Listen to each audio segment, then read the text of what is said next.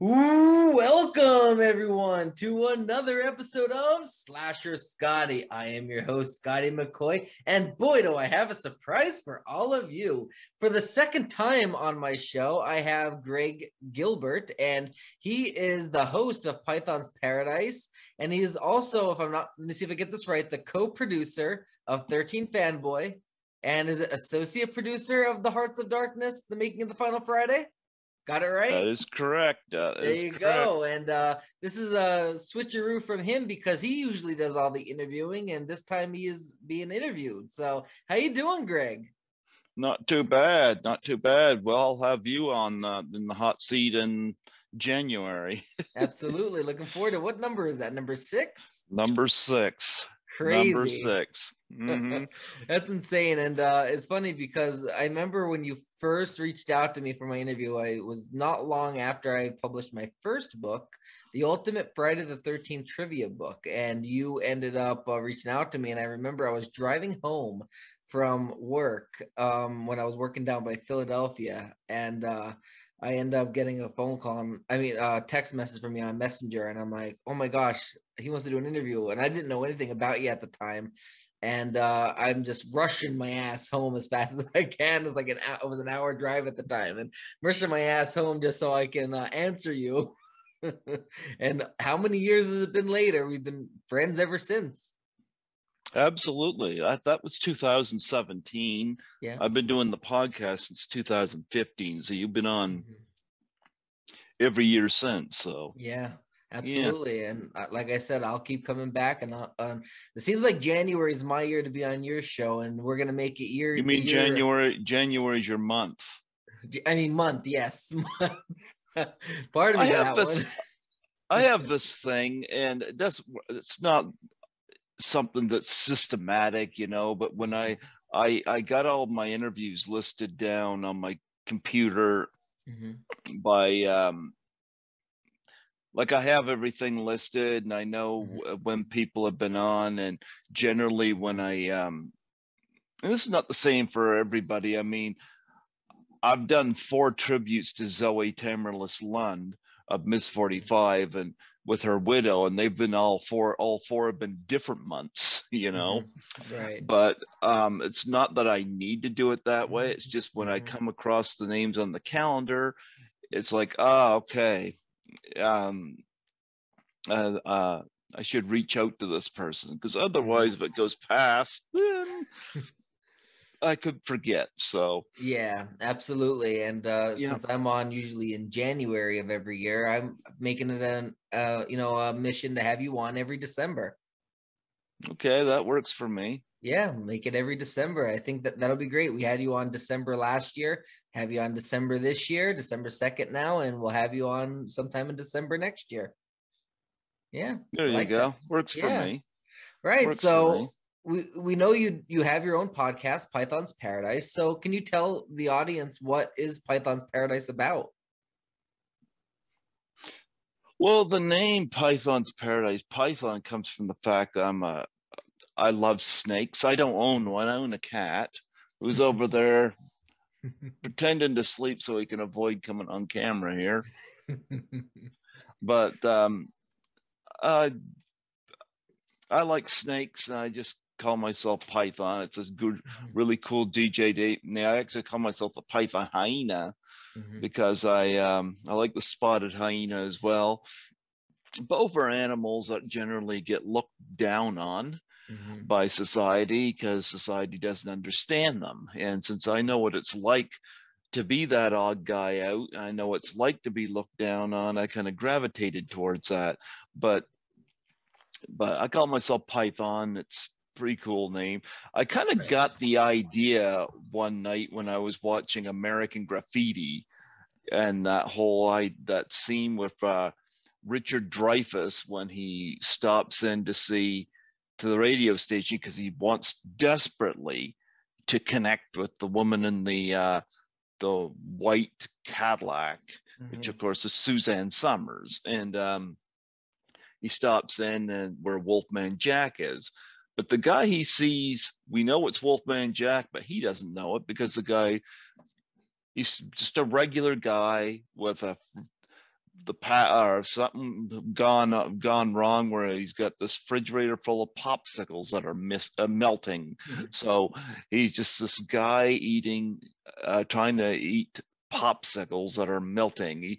He's a regular guy, and he says, okay, I'll tell you what I'll do. I'll get this message out as soon as I can, blah, blah, blah, blah, blah, for the Wolfman. But he doesn't know this is the Wolfman. And as he goes to leave, he hears the Wolfman on the air, and he does this double take over, and he can see him on the air doing his Wolfman. Okay. And the difference is that, when he was in person, he was being himself.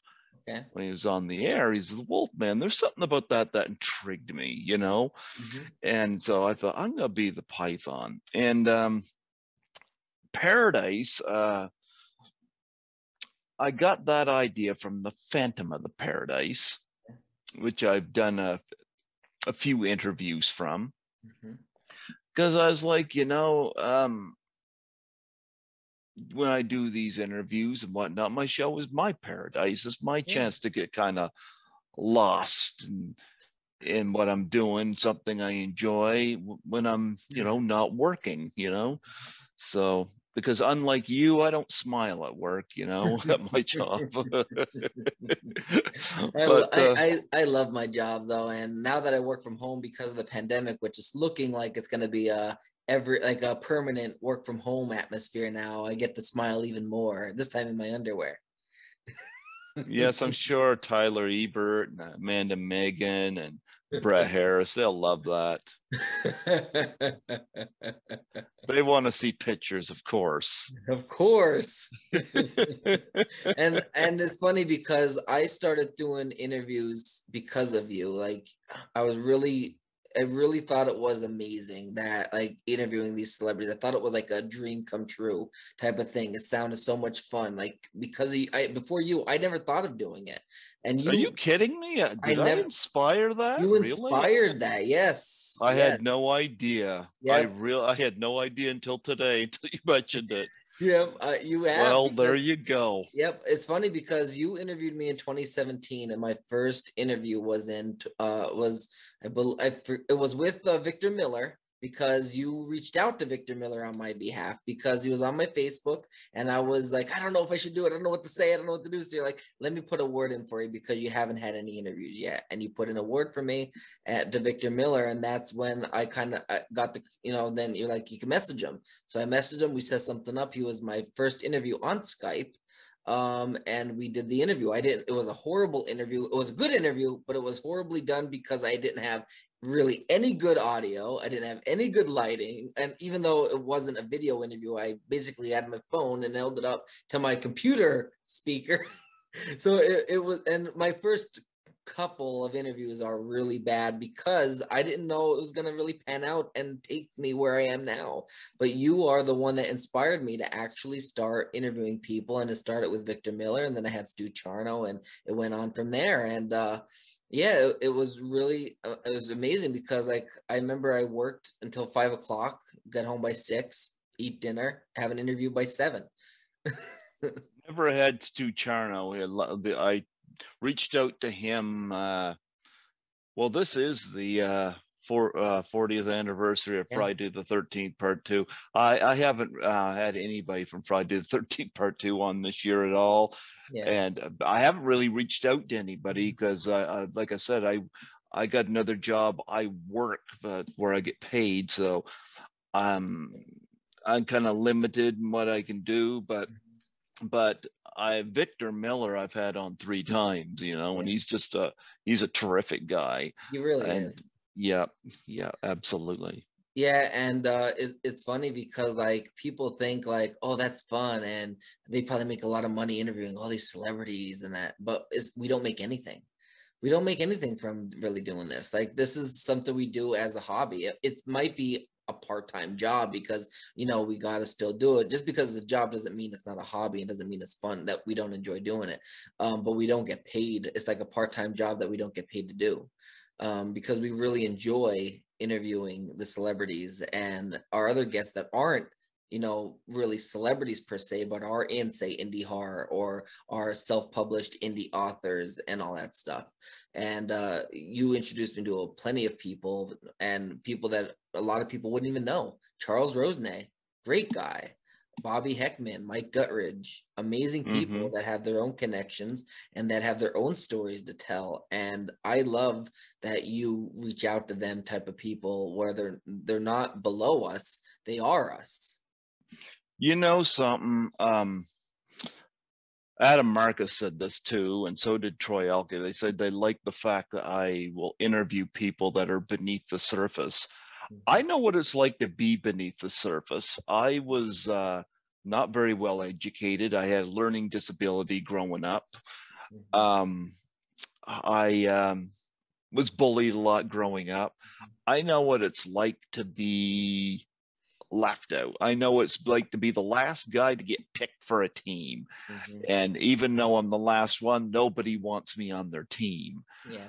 One of the things I try to tell podcasters is don't turn people down.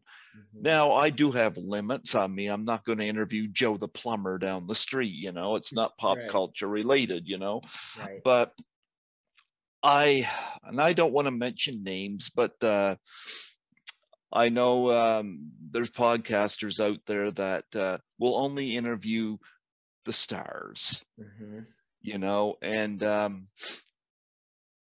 I think they're looking at this as some kind of future endeavor for fame. And if you're doing this to get famous, you're doing this for the wrong reasons. You got to do it because you enjoy it, There's stuff that you can fall into, like this led to me going to my first convention. I ended up forming a bond and a friendship with Lisa Langlois from class of 1984. And I didn't know that was going to happen. She invited me to Toronto to assist her at her table. I was scared to death because I'd never traveled before. I'd never been in a plane. Now it's like second nature to me. Yeah. But and I asked Lisa about that because I always connect with Lisa when I go to Toronto. We had dinner one night while I was there, and I asked her, I said, why did you take a chance on me? And she said she just saw something in me. And I appreciated hearing that because growing up, nobody saw anything in me, or very few people, Right. And she had a lot of faith in me. And actually, she says when I do these conventions, she said, technically I'm on business. Right. Because I'm increasing my brand. I love the fact that she says that, even though I don't feel that. But so I got lucky there, and Nancy McLaughlin's become a very, very good friend as well. Yeah. She's lovely. I got a few that I can call and talk to like that, and those are two that I do that with. Now, in terms of people that nobody knows, I don't do this. I mean, it's nice to have views. It's nice to look on my YouTube and see something's getting some views. It's nice to have views. It's nice to have likes. It's nice to have positive comments. It's nice to have all that good stuff, but you can't make it about that. And like when I'll give you a good example. I got back from work one morning and there was a message it was actually on Facebook. I got a message from David Black. He says, do you interview Aussie filmmakers? I had no idea who David Black was. But my response to him wasn't, I don't know who you are. My response to him was, absolutely. I looked him up on IMDb. I didn't recognize anything he had done. He had some strange movie titles that he was involved with. But I did the interview, and it was funny because him being in Australia, it was evening his time, it was morning my time, and he said to me, he says, I don't think we're going to get any more than maybe half hour, maybe an hour tops. We ended up with a 2.5 hour interview. Nice. And I'm not here to pat myself in the back, but I tribute that to me being able to talk to somebody whom nobody knows, whom I don't know, and able to stretch it. We talked about wildlife in Australia. I went through his filmography and I asked him questions. He answered. I listened, you know, and we're able to make an interview out of that. Yeah. And the same goes with other people. Charles Rosney, for example. His publicist reached out to me. Yeah. And asked if I would interview the. I actually got Charles's book right here. Awesome. I definitely want to pick up a copy of it one of these days too. Yeah, here's Charles's book, and he's doing a second one as well. That I helped to connect him with a few people. I got one more person I'm set to connect him with, but he sold 81 of these at one of the cons he was at, so he's done quite well with this. And that's actually and a lot of people are thinking only 81 copies of a book at a convention is a lot of copies of a book. It might not sound like a lot, but that's a lot of books to sell. Yep. Well, he reached his publicist reached out to me, and I said sure. I didn't know who Charles was. Yeah. He has a nice connection to the Monkees, which I found quite interesting. But here's the thing, you have no idea where that can lead, because his publicist had sent me a bunch of names that I'd interviewed, and they asked if I could reach out to them for the second edition for the book. Yeah. I said yes. One of those names was Eileen Dietz from The Exorcist, was Pazuzu. And I messaged her about this for her to provide a list for the second book. And anyway, Charles sends me a picture that evening of him and Eileen, him and Eileen at a con. And I was like, wow. I said, I just sent her a message. And he said, yeah, I just met her.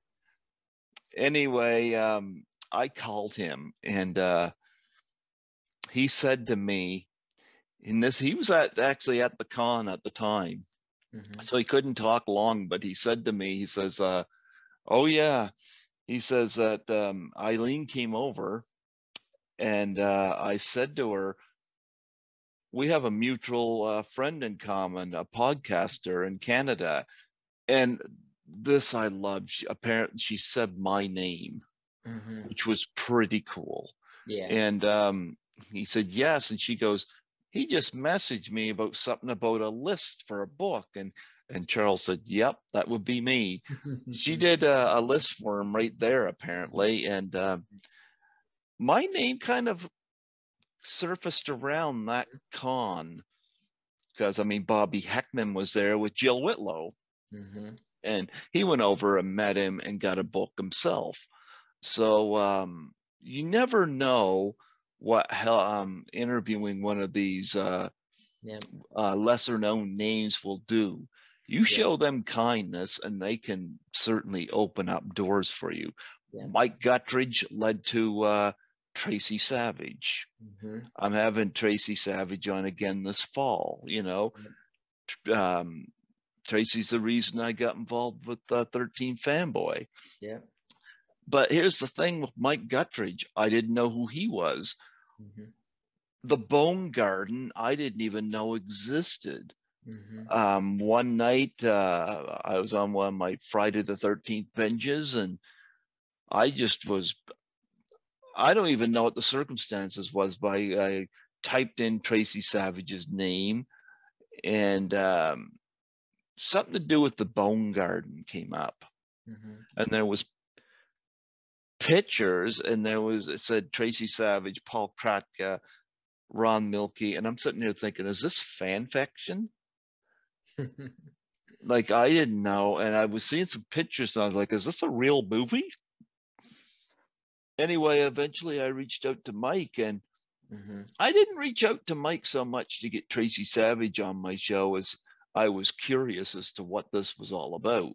Yeah. I've had Mike on here 3 times, you know? Yeah. And Mike extended me to Tracy Savage. So you show kindness to people that a lot of mainstream media will consider, well, we won't get enough views with this person or enough likes. Well, I'm not about that, you know. Right. It's nice to get them. Yeah. Don't get me wrong, it's nice to get Absolutely. them. But you got to be willing to give people an opportunity, you know.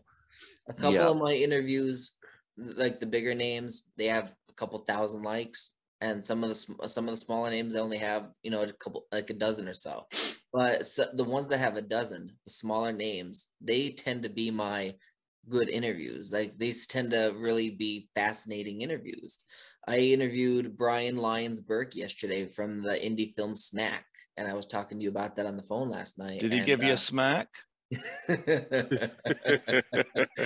he was a great interview, and I enjoyed the interview. It flowed amazingly, and it was just so great. We talked about his theater background. We talked about the movie, about how the movie like gives an understanding of the epidemic of the opioid crisis across the country, and like just things like that. And it was a really good interview. And the producer and writer and star of the movie, Cody Falk, reached out to me after he watched it, and he goes, hey buddy. And I'm like, hey, what's up, bud? And he goes, your interview with Brian was amazing. You should be proud of yourself with that interview. And just a message like that changes your whole perspective of, and it's like, this is why I do what I do. It is fun. Yeah, and that's another thing too, you know. And I don't want to mention names. I'm not competing with other podcasters. Right. You and I are pretty much friends. I don't know how many interviews you've done this year. But as of tomorrow, I'll have 133 for this year. I broke my 2017 record. But you've interviewed people that I would love to interview. But here's the thing. Because you've interviewed them and I haven't, doesn't affect my communication with you. Exactly. I know of somebody out there, and again, I'm not going to mention any names, but I don't know whether he feels threatened by me. He should not. I'm not a threat to anybody. But it's I know he wants to become famous out of this, which something I don't agree with, but that's his prerogative. But this is something I have an issue with. You know, I interviewed Charles Rosny, for example, and I put pictures up. I post pictures up to say that I did the interview. And this guy goes on there and he says, again, I got nothing against this guy. He does a great podcast. He's got a lot to be proud of. But he really pissed me off with a comment he made when I posted the fact I'd interviewed Charles Rosny. He said that I got this interview because of him, FYI. And I'm like, no, I got this interview because the publicist reached out to me. And he says, yeah, because I declined him. And I'm like, number one, why you would mention that in a public forum, that you declined somebody. And I called Charles Rosny because I knew he was going to see that comment because I tagged him in the initial post. And he had said this podcaster was rude to him. And And this guy, again, he wants to interview people on his bucket list. Fine. I like to do that too. But I've gotten increasingly less likely to do that because, number one, Charles was a wonderful interview. I sent him your way because I knew you would treat him with dignity. Yep. I'm sad that, yeah. Well, I've talked to him since, and he said so. Yeah. Yep. It's sad that this guy didn't see this as a valuable interview. Right. And then I had interviewed, well, I remember one time, was sometime this year, David Black had commented on a post I did. And I've never done this to this guy. This guy's done this to me 2 or 3 times. If somebody comments on my podcast and says that, you know, you're doing a great job, you've got a lot of great guests, this guy will come on here and he'll say, you should check out the guests I have on my show. And I'm like, can you just, it's kind of like WrestleMania 4. Hulk Hogan just could not allow Randy Savage to have his moment. You know, he had to be out there to try to suck away some of the glory. Yeah. And it's like, you know, and he says to, and I responded to the comment. I said, why don't you have David Black on your show? He was a great interview. And he says he doesn't interview strangers. And I said, why would you ask David Black to check out your YouTube channel then? Yeah. You know, it's like you're inviting people to a party. Come to my party. Because you know you're the center of attention at your party. But yet there's people you're saying, you could stay outside and look in the window. Right. Like that scene in National Lampoon's Animal House, you know, where they go to the Omega house, Flounder and Pinto. They show up there and they get brushed off to this corner of the room, sitting down with these outcasts because you know they're not going to get in the Omega fraternity. That's why the Deltas accepted him. Well, I'm like one of the Deltas. I'm like, come on in. It's not the most professional. It's not I'm not even going to say the best podcast because I'm not going to claim that. But you'll at least be welcome. You'll be able to share your stuff. Yeah. And that bothered me.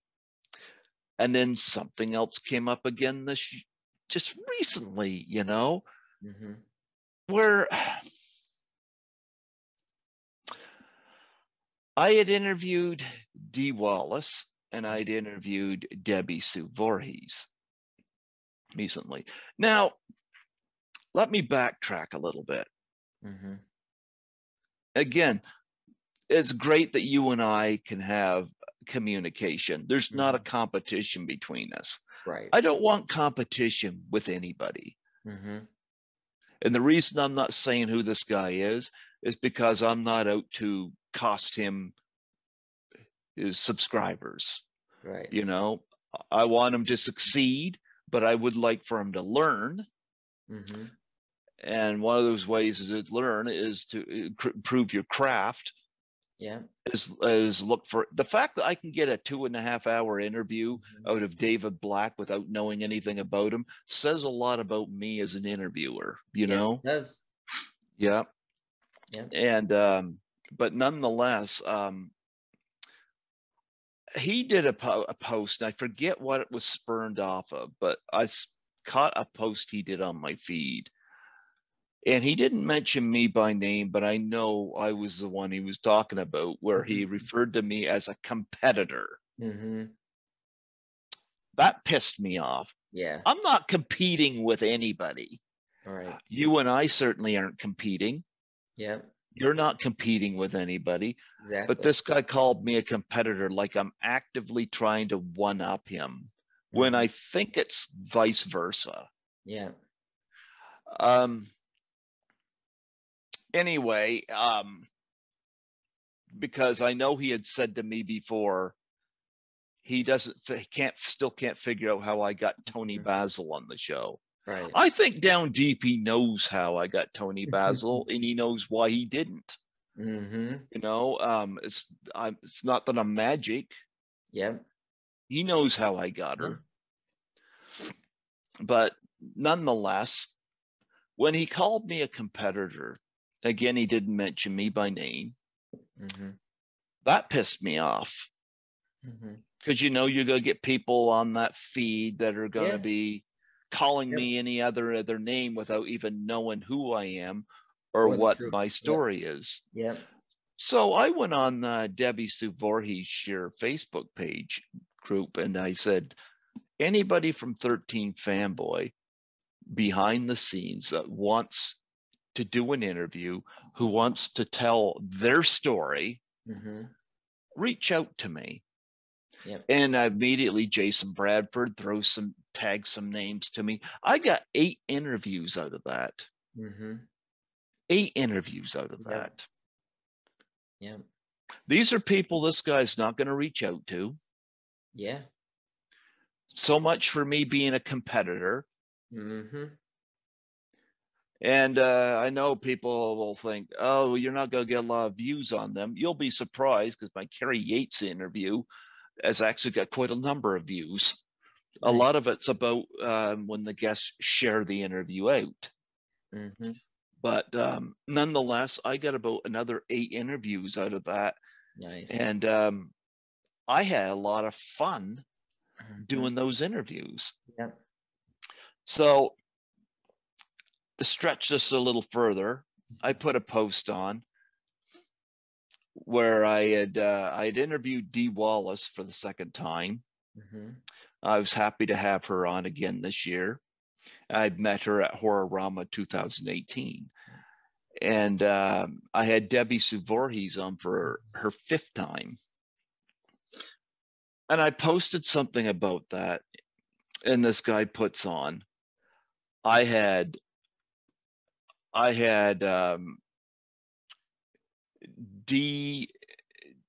Debbie Sue and in all caps, Judy Aronson in promotion for 13 Fanboy. He put "and" in all caps because he wanted me to notice that he had gotten Judy Aronson, where I'd struggled to get her. And as of right now, I don't want to so much as look at her, let alone talk to her. Because of other circumstances. But so I knew what he was doing. I didn't agree with it. I've never gone on his page and say, hey, check out my YouTube channel. Check out, look at me, because it's not up to me to invade somebody's own achievements. And he's had a number of achievements. But here's the thing. When he said that, I had the perfect answer. I said, I've interviewed, and I listed all 8 of those people that I'd interviewed from behind the scenes. And then I put "and" in all caps, Jason Bradford, who of course is a major part of 13 Fanboy. Had him on. And a talent. Yeah, and a very talented guy. And he says to me, he says, I don't know who any of these people are. He puts a laugh out loud emoji. Now, when you look at something like that, Scotty, what do you think? Me personally, I think, I don't know who they are. Ha ha ha ha. Thank you for, you can have them. I don't want them, type of thing. Well, you know what? When my response to that was, they're beneath you, I'm sure. Harsh, but to the point, very blunt. And he says, nobody's beneath anybody. Well, because he knows he got backed into a corner. And my response to that was, oh, you're right. That's why I interviewed them. Right. Again, I wish this guy the best. Yeah. But he's pissed me off a number of times with Yeah. stuff like that. Because I think he knows I'm doing something right. Yeah. Dare I use the word feel threatened by? He has no reason to. You're not threatened by me. I'm not threatened by you. No, I have only one interview I'm envious with you, and it's still never changed my communication, and that's Tiffany. Tiffany. I love Tiffany. I love her song. I think we're alone now. I love that song. I could jam to it all the time. And I'm a big Tiffany fan. That's the only one I'm envious about with you, and I still doesn't change my communication or friendship with you. I was happy. I had Tiffany all over my bedroom wall as a teenager. You know, I had a big crush on that woman growing up, and I was quite surprised I got her. I don't know. I think it was her web page I reached out to her on, and her manager got back to me, and I'll have to do that then. I reached out through her, one of her agents on IMDb, but as we know, IMDb doesn't always have their most recent or updated contacts, because I've reached out to a couple of celebrities through their IMDb page to their contact, their agent, publicist, or whatever, and they said that they're no longer associated with us, so it's not always updated. So I've never gotten a response back, so they just might not represent her anymore. So I might do that through her webpage. Yeah, well, next year her debut album celebrates its 35th anniversary. Well, I don't know where the time went, because I remember when the album came out, and I was quite surprised. It's interesting that because back in 1987, when that album came out, I would never have gotten an interview with her, you know. Yeah. Now I'm able to do that. I haven't been in touch with her since, right, but I still follow what she's doing, and but there's times where it's just a stroke of luck. But what I would say, number one, I would say for this this podcaster, keep doing what you're doing. But if you really want people to celebrate you, open the doors to your party for other people. You know, there was a verse in the Bible. I don't want to get preachy, but I read from my Bible, and there's occasionally I remember stuff, and I don't remember where this was in the Bible, but it talked about this. I don't know whether it was a king or whatnot, or whether it was a parable that Jesus told. I don't remember, but it was an account where this king had invited people from family and friends to join him for this big feast. You know, he was to have this big feast, and he invited people, sent word out, and everybody was making an excuse not to come. Finally, you know what? He got fed up, and he said, nobody's going to enjoy this food that I prepared. He said to his servants, he said, go out, and he said, find the people on the streets, find the needy, find the homeless, bring them in here. They will enjoy this food with me. Well, that's the approach I take when it comes to doing interviews. I don't look at somebody and say, I don't know you, I don't want you on my show. Right. It's number one, if somebody approaches me for an interview, I'm like, holy shit, they're asking me for an interview. They're asking me. I had this situation recently where Michael Levy reached out to me, and I'm getting a little tired of people reaching out to me to support their films, because I can't really afford it like I could with 13 Fanboy. And I come to discover Michael Levy was Will the Exterminator in the Terrifier movie. And he was producer on the second one. And I bought a Blu-ray, you know, I couldn't spend a lot. But I was like, shouldn't I be reaching out to him? He's reaching out to me, and he has some big names, genre names in his movie Stream. And I'm like, wow. See, your name gets out there. And when people find out you're kind to people, it helps. Like I said, Charles Rosny, I did that interview with him. My name went around that convention. And with Bobby Heckman being there, my name went around that convention. Absolutely. You know, exactly. Yeah, so it really helps, to be like, be open to them people. And I'm not sure who's going to be watching this episode, who's going to watch it from start to finish, who's going to watch the first half. I don't know. But what I can say is if Carrie Yates is watching this, I will be reaching out to you for an interview. You are on my list. I haven't reached out yet, but you have been on my list. Greg has mentioned you for me to reach out to you, and I promise you I will do that. And I'm planning on doing it this weekend if I can. I can't promise you an interview in December, but I can promise you one in the near future within January, February-ish, if not December. Carrie Yates is like a cheerleader. She's right there. She doesn't get, she's an example, somebody that doesn't get noticed. Right. But she's like, anytime there's a stream or something, like I used to see her name pop up when Adam Marcus and Ali Rivera would do their Hearts of Darkness Facebook streams, and she would pop up. And even like if I listen to other podcasts like Death Curse Society, for example, or you name it, Carrie Yates would pop up, and I always got delighted because she's like, she's there. She's a cheer. And this is a woman that's got children. She's got a husband. She's not it's not like she's not busy, but when she's got a moment, she chimes in there, and Carrie Yates, what she did for me, and I won't forget this, when the pandemic hit in 2020, I had done about 30 interviews. And then the station went into lockdown.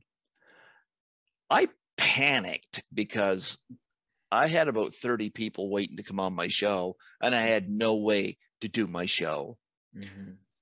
And one of those people that I was wanting to book was Nancy Allen. And I was like, I really wanted to have Nancy Allen on because I love Dress to Kill. Luckily, this past August, I had Nancy Allen on the show. So there's an example of a bucket list interview I got, Yeah. But I don't make it all about that. That's the thing. But it is nice when it happens. Right. And you had on, don't forget, Mark Cantu. Me and Noelle Berger threw Mark Cantu out to you. Not a lot of people might know of the film he directed called Massacre Academy, but it just won another award. And literally the movie poster he's putting all the awards he won on now, it's literally like filling up. He's won a lot of awards so far for this movie, like in festivals. So definitely check out Massacre Academy. But Mark Cantu, a great friend of mine as well, I had him on. And then when I reached out to other cast members from that film, I'm like, I'm like, hey, my name is Scott, introducing myself. I don't know if you heard of me. They're like, oh, I heard of you. I watched quite a few of your interviews. I love watching your interviews. It's like it's the old fashioned, like they say social media is the free publicity now, but it's the old fashioned word of mouth that really gets you.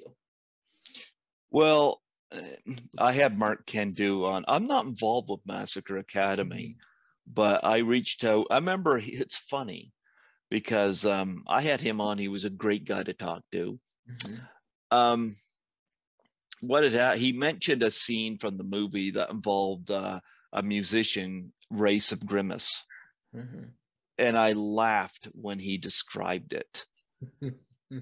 So much so that I said, can you connect me with Race of Grimace?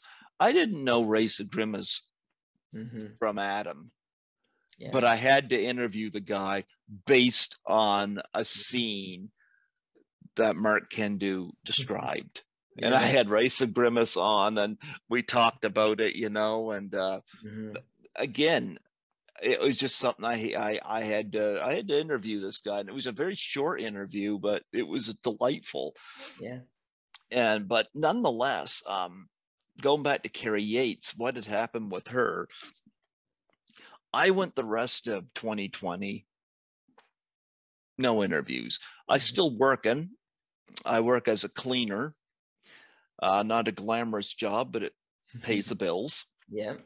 But so I worked through the pandemic, but nonetheless, I was miserable because I wasn't able to do my show. Nancy McLaughlin had said to me, if she could do Zoom, I could do Zoom. And I thought, well, I'm going to get my brother to hook me up with it because he's kind of my tech guy and my manager both. And my first interview I had lined up was with a guy I'd interviewed 3 times prior, a musician out of California named TJ Doyle. Okay. TJ's a great guy. And not only a great guy, I knew if Zooms didn't work out for me, right, I knew he would understand and we'd be able to rebook. I didn't want to test on somebody that I was brand new with, you know.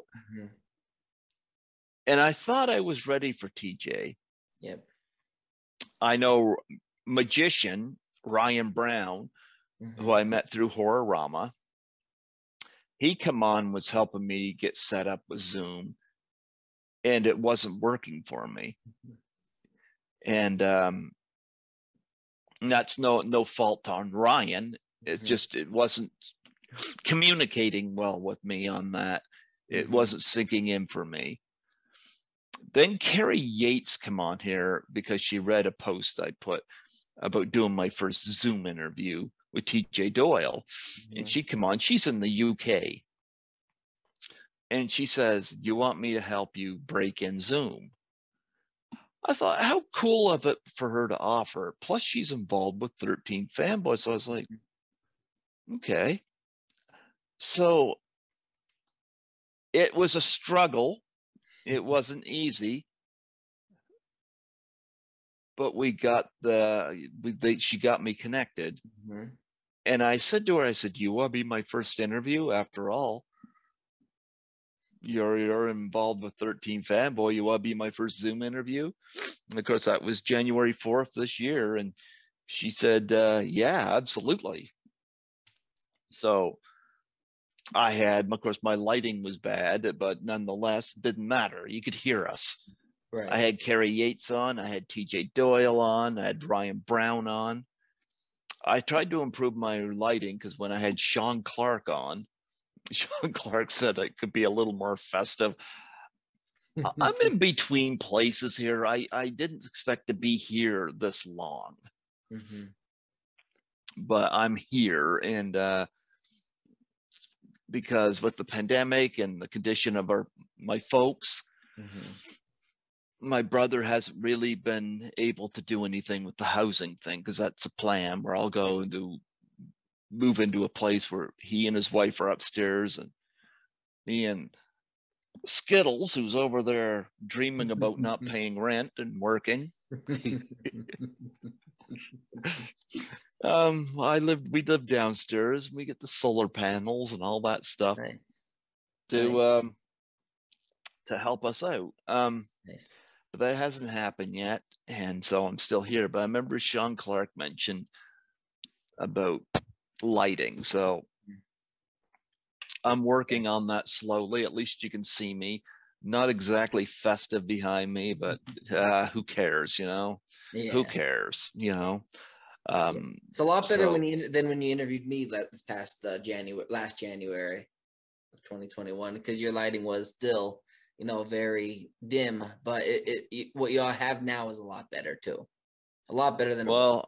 I got a light up here that I just shine on me. It's a lamp, really. Yeah. So, you know, you can see me, and so. Yeah, I have, because it's getting dark here, I have my ring light right there shining on me. Yeah, I'm gonna get one of those eventually. I haven't done that yet. My brother said wait till we get the new place. And if he tells me that, then there's a reason for it. Yeah. So of course. Yep. So this works for me, you know, so. Yeah, absolutely. So what did you think of the film 13 Fanboy? And I know you have a group interview coming up, so want to tell us a little bit about that? 13 Fanboy. Well, first off, Debbie Sue owes a big debt of thanks to Tracy Savage, because that's the reason I got involved. I'm going to tell you, I've never watched a movie, never streamed a movie before. And I did not want to do it with 13 Fan. I resent the fact that we got no screenings of 13 Fanboy here in Canada. And I told Debbie Sue I was going to be in Toronto for Frightmare in the Falls. Actually, that's in Niagara Falls, but nonetheless, I went to Toronto to do my vacation visit. But and I said, you know, I figured we'd have a better chance of me seeing it in Toronto than here in Fredericton, New Brunswick. And it didn't look like, through her response, we were going to get it in Canada. I know it's played on screens in the US and it's played in the UK. I don't like the idea. Number one, to me, like, I'll give you an example. I've seen Jason Lives many, many times. But in 2019, I attended a midnight screening of it in Toronto. I saw the movie, not saw the movie. I experienced it. I saw with an audience. I got to experience the movie. I enjoy that.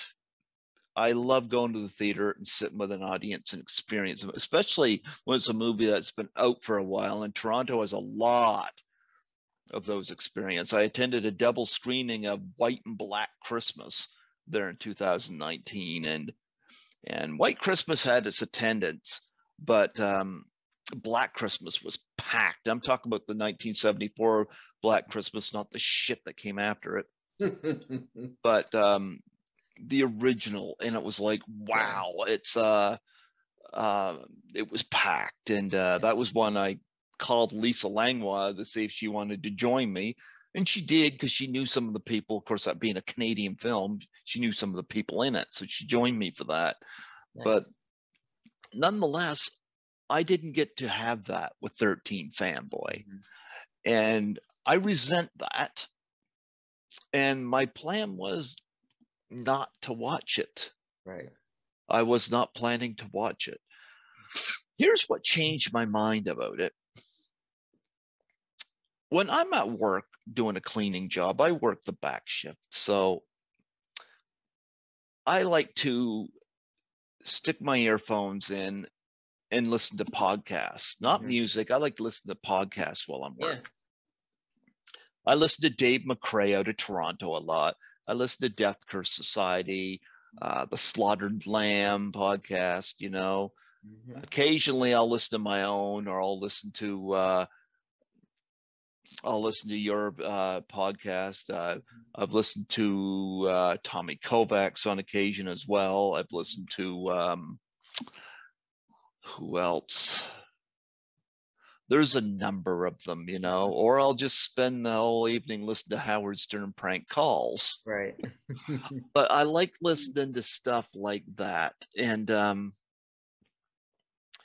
because it gets me through the night, it allows my evening to be pleasant, because, you know, I'm cleaning. It's not glamorous.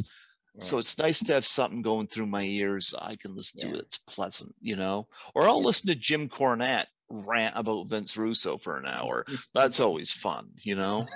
I can believe that one. Yeah. But here's the thing.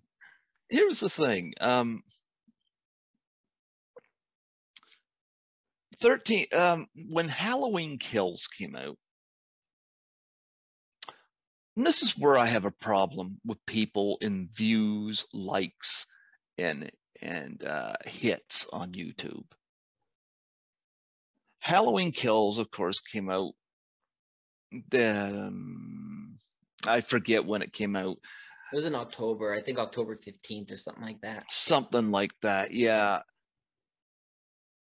The following night, or actually I should say the following day, spoiler reviews already. Mm-hmm.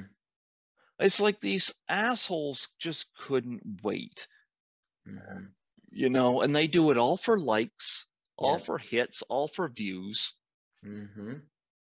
They have, and I know I've heard one or two of them say this. Well, if you don't want spoilers, don't listen. Well, I kind of want to listen to something while I'm working. I like listening to the pop culture channels, Right. but I find it very disrespectful. And they get on, like, give it a friggin' week at least. Yeah. Give it a week. Yeah. But no, we got to get hits and likes and views right away Mm-hmm. because it's all about them. Mm-hmm. Yeah. And so they went on there, and I knew what was going on. I knew everything going on with Halloween Kills before I saw it. Mm-hmm. Anyway, I still went and saw Halloween Kills, but when it comes to 13 Fanboy, I was not going to see it because I resented the idea of watching on stream. Now, my television's set up for me to watch Blu-ray, so Right. I can't even stream it on my big screen television. I had to do it on my laptop. Mm-hmm. The reason I streamed it, and it was on YouTube. It's funny, Debbie Sue Voorhees did not know it was on the YouTube platform, but it was $6.99, and the reason I did it was Mm-hmm. because I'm a co-producer on 13 Fanboy. And as a co-producer, as much as I hated the idea of streaming it, I prefer to stream it and go into it fresh as opposed to listen to a bunch of assholes the following day, get on there and spoil it. Mm-hmm. And they did. They did. And they mostly did it in the group too. Did they? Oh, that Yeah. I don't know how much the moderators remove it because I know Debbie Sue Voorhees went on telling the cast of the film and the crew of the film not to talk much about it in interviews for at least a month about the big details. Yeah. But you have the group members that aren't a part of it, that aren't the cast and crew, that'll go on there and say, "Oh my God, I can't believe blank was the killer." You know. Well, here's the thing. I was going to go on and talk about my thoughts on the film, and I just haven't gotten around to doing it. And really, to be frank, I don't care enough. Mm-hmm. You know, if I get stuff in the mail, I'll do a video, but I did an appreciation video when the trailer dropped, but right. I'm not that desperate for hits and likes and views that I go on there and spoil it. Right. You know? Yeah. So my thoughts on the film, well, like I said, I did not like the fact I had to see it streaming, but as it is, I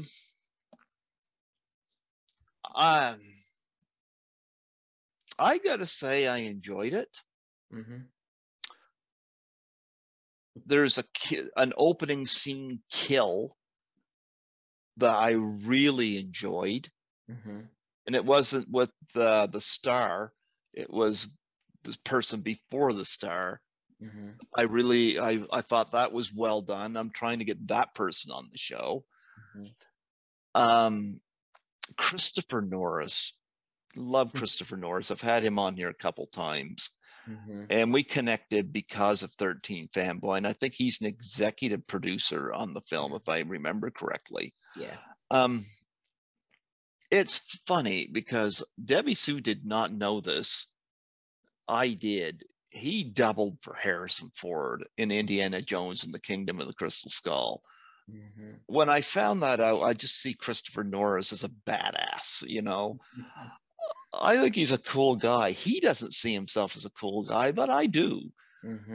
Well, he's the most talked about part of 13 Fanboy because any spoiler reviews I've heard, they all talk about his kill in the movie. Yeah. And he does have a great kill in the movie. He does. I think it's the best kill in the movie.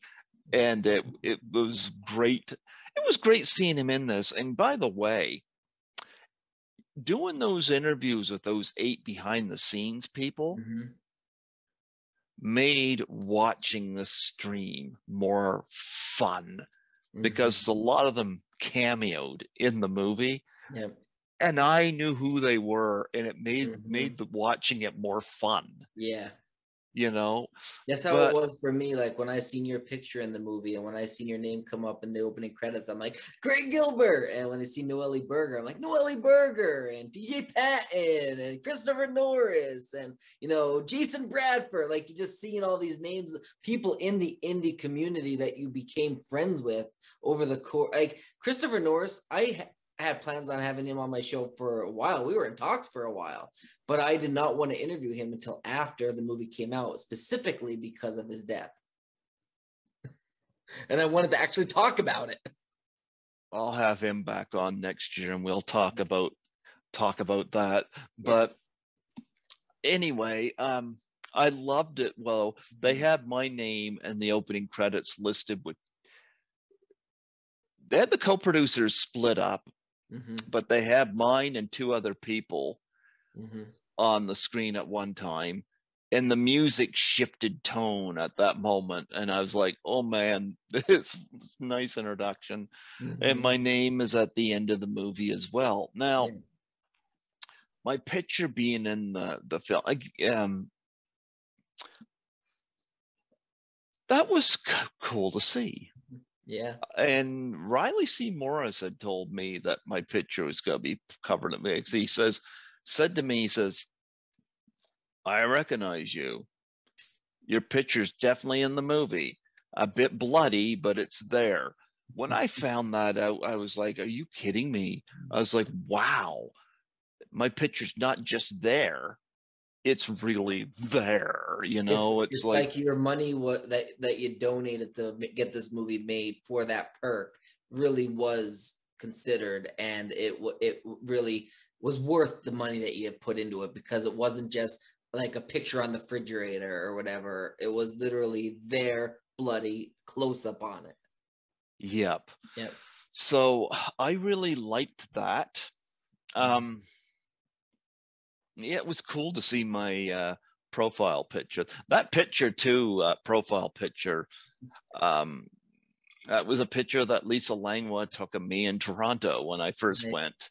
Nice. Yeah, she thought my profile picture needed an upgrade, so she took that picture of me. So that was the one that Debbie. It's a good one. It's like a professional headshot. Yeah. Well, Lisa knows what she's doing, you know. Yeah. But nonetheless, yeah, that was cool. To see my picture covered in blood on that scene. Let me see. In terms of the bigger names, it was cool to see them too. Love Tracy Savage, of course. Laura Park Lincoln. You know, I met CJ Graham at Frightmare in the Falls. And I had told him, now this is something too. I've heard other podcasters, and again, they're allowed to have their opinion, but they thought one of the worst lines in the film was CJ Graham saying to the fanboy, so you want a shot at the title? I loved it. I loved it too. And I'll tell you why I loved it. And I told CJ this. They could have easily, and any other indie filmmaker probably would have had Kane Hodder have this big knockout, drag down fight with the fanboy. And Kane Hodder had a great section of the film. He and Jennifer Blanco, that was great. Yeah. But I love the fact that CJ Graham had a big knockdown, drag out fight with a fanboy, you know.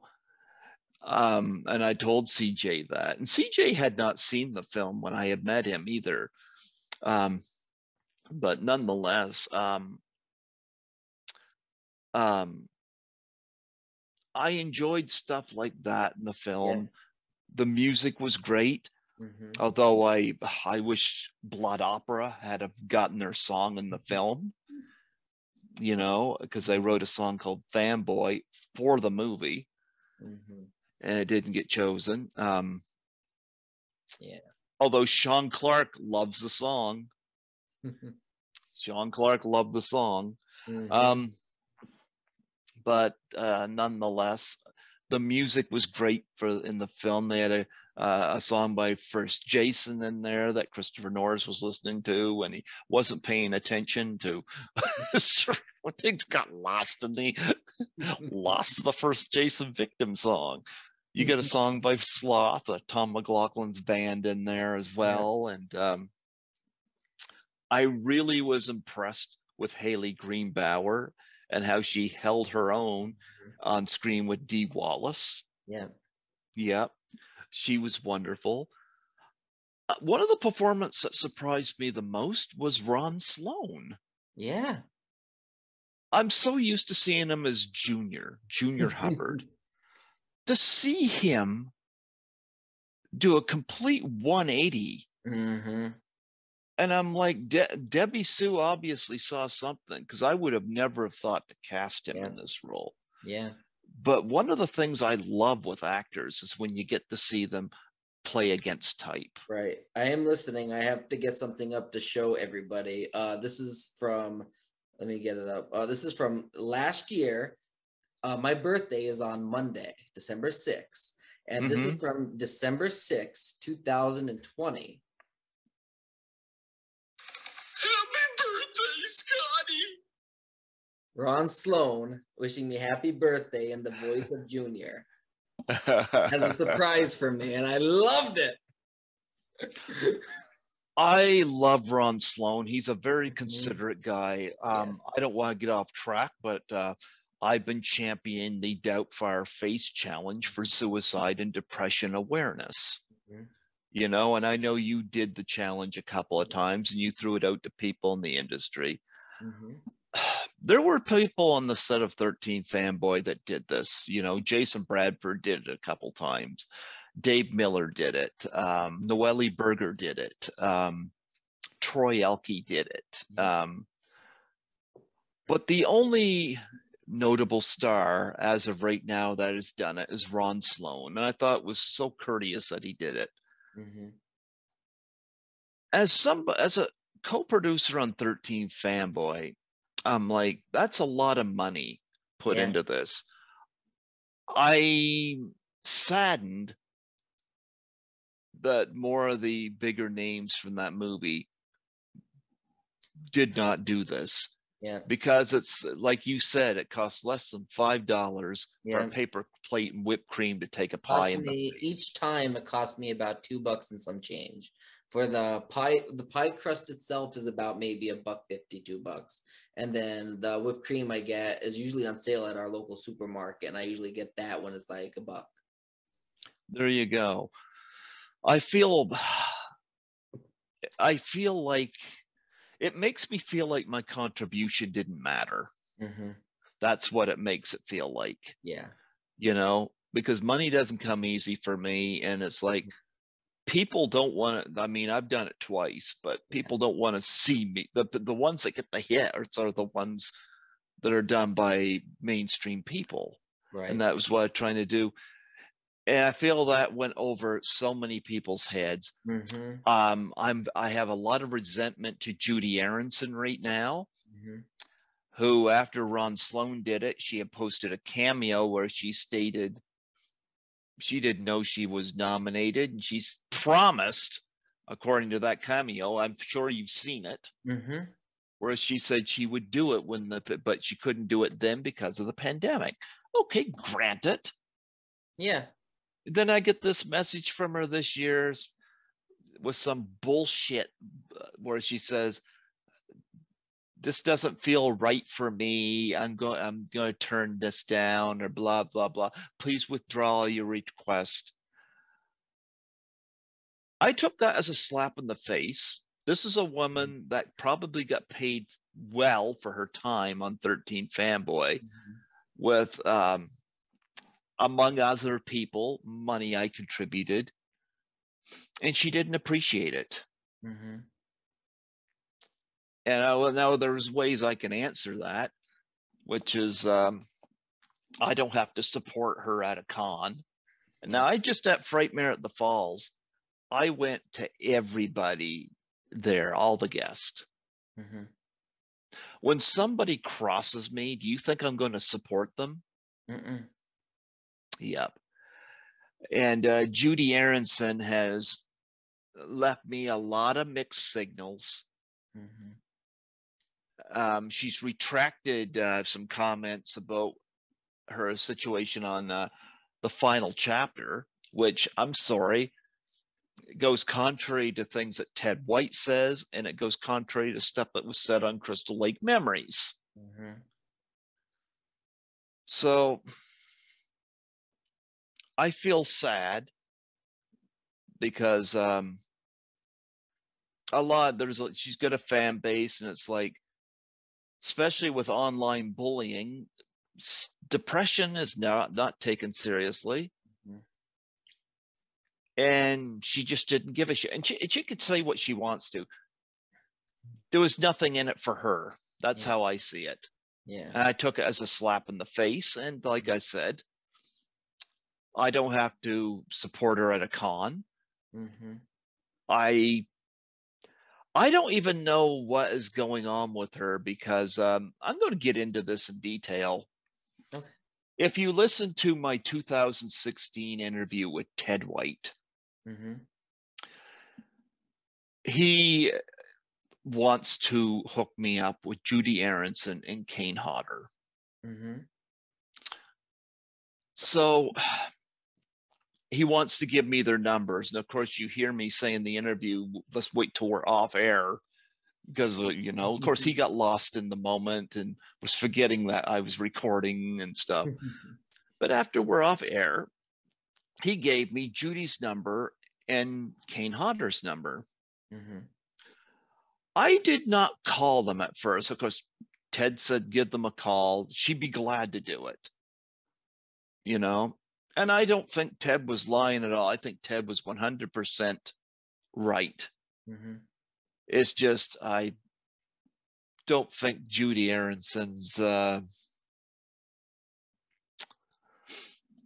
well, I don't want to say anything. They say if you can't say something nice, don't say anything at all. But nonetheless, I didn't call them for a long time because I didn't want to creep anybody out. Mm-hmm. What had happened was, I think it was January. It might have been January, either 2019 or 2020. I'm trying to think when. It was 2019. Mm-hmm. We got news that Dick Miller had passed away. Mm-hmm.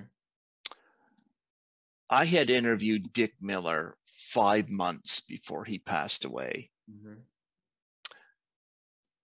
I didn't have him on my list to interview. It was just, I just noticed he was doing a lot of the cons, and I was like, would he do my show? Mm-hmm. Had I not taken a chance to reach out, I'd have never have gotten that experience. Right. And he was gone 5 months later. Mm-hmm. And I was like, wow. And I've got that interview with Dick Miller and his wife Lainey, who was in The Graduate. So after that, I was like, okay, I'd hate for something to happen to Judy Aronson or Kane Hodder and me have their numbers all this time. I reached out to Kane, left a message on his machine, never heard back. Right. I'll let Kane off the hook. Judy, I'm pissed off at. Mm-hmm. I called Judy.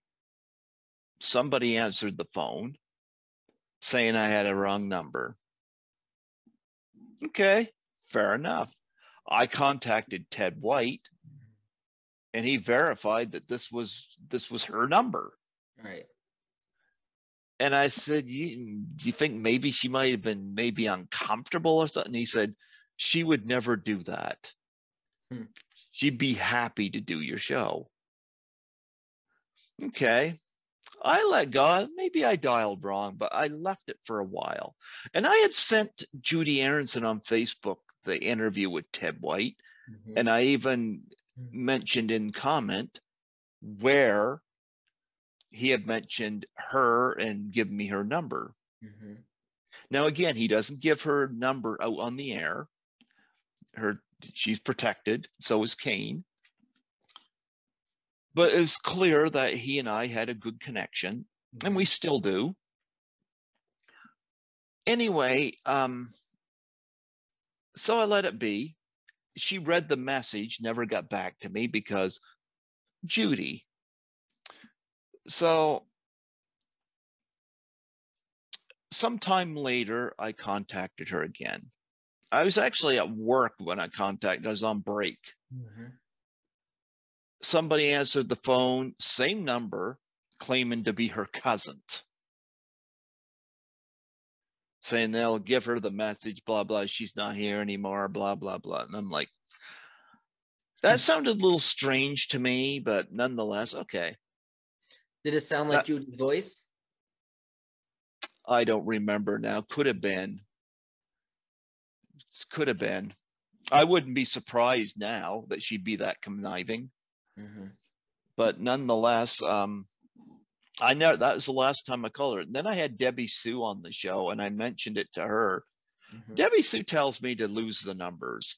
And I'll be quite frank, I was uncomfortable when Debbie Sue said that to me. Because it made me feel like a stalker. Right. You know how many numbers of people I have, and I've never been accused of stalking? I mean, you stalk me every day, so. Well, that's different, you know. That's different.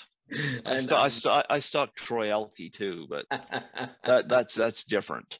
But I mean, right. I mean, I text Tracy Savage on her birthday. Tracy's not, and Tracy's somebody I had a crush on. Tracy's not running for the hills. Right. In fact, she's coming on here again. Right. Third time, Why? I believe. Yeah, her third time. Here's the thing. I'm not contacting them every day. Number one, I've never called Tracy. Right. You know, I text her on her birthday. And I think I even texted her on Valentine's Day, and she appreciated that. Right. But here's the thing. I'm not calling or texting all the time. Right. You know, I know my boundaries. Right. But when Debbie Sue told me to lose those numbers, again, I understand why she said it, but at the same token, I felt like shit. Yeah. I did, by the way, I did lose the numbers. I got rid of them because if something ever happened, I did not want to have those numbers on me. Right. So nonetheless, it gave me a raw feeling. And judging from Judy's retraction of the Doubtfire Face Challenge,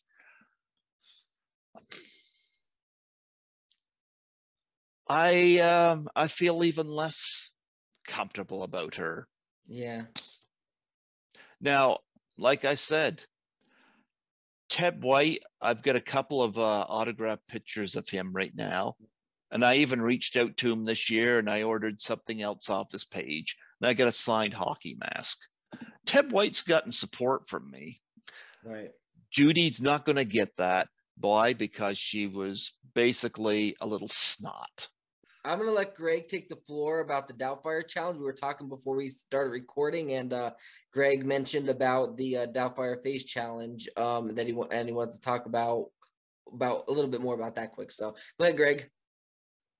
Yeah, like I get into that with good intentions.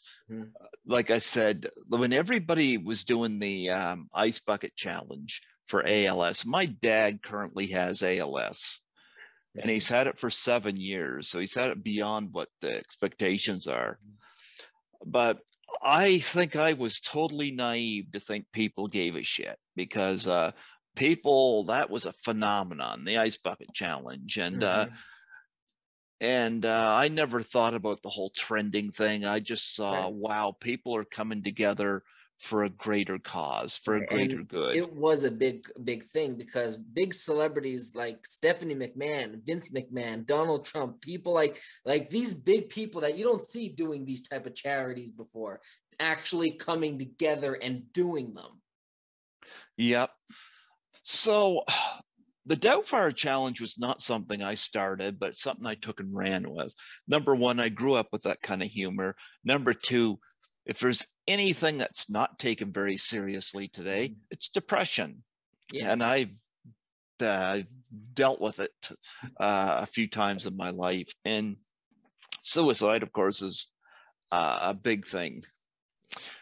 So I thought, wow, I prefer the watch people take a pie in the face as opposed to dose themselves in ice water. So I went with that and tried to promote it further. And I've had a few good takers on it. Lisa Langlois did one. Nancy McLaughlin did one in front of props from Jason Lives. Sandy Johnson did one, and her husband was dressed up as Michael Myers and Piter. And she nominated, one of the people she nominated was Felissa Rose, and I showed Felissa the challenge at Frightmare in the Falls, and Right.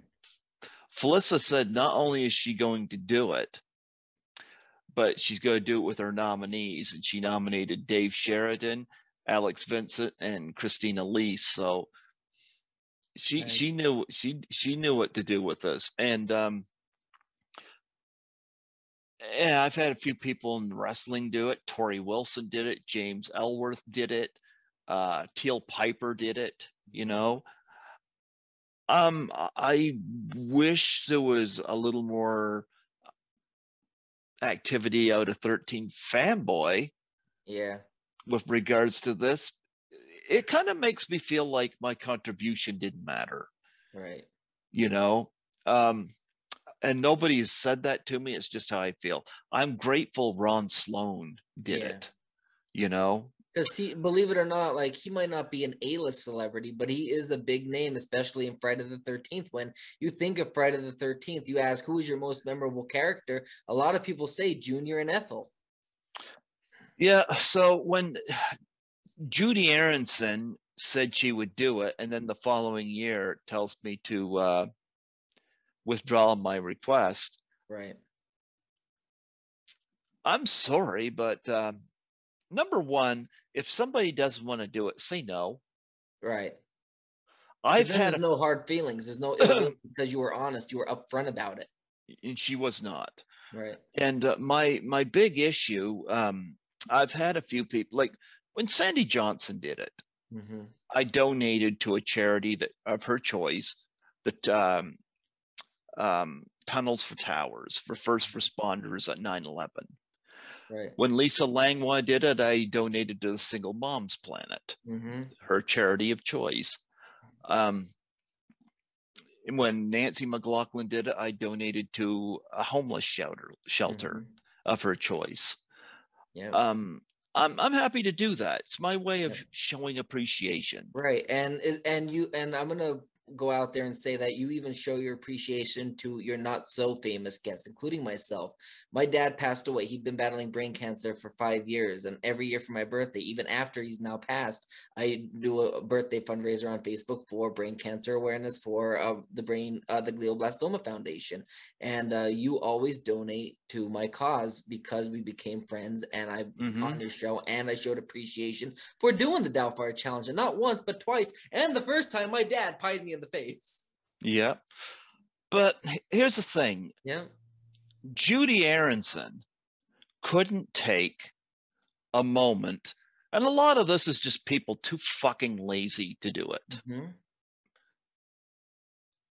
I put in a few $1,000s on 13 Fanboy. This is why I say Judy just basically slapped me in the face. Right. And like I said, that's not going to go forgotten. Right. Yep. And for those that aren't aware of what the Doubtfire Challenge is, now, for those that do know, and almost everybody does, Robin Williams, who passed away from suicide, suffered from depression, played Mrs. Doubtfire, and there was a scene where he, or shall I say in character, she took a pie in the face and went, hello, if everybody remembers that. And that's where this, Doubtfire Face Challenge, where you take a pie in the face, comes into play. So I've had a few people that have done it, and I've showed my support to them. Like Michael Levy, Will the Exterminator from Terrifier, did it recently. Because I contributed to his film stream. I thought that was cool. But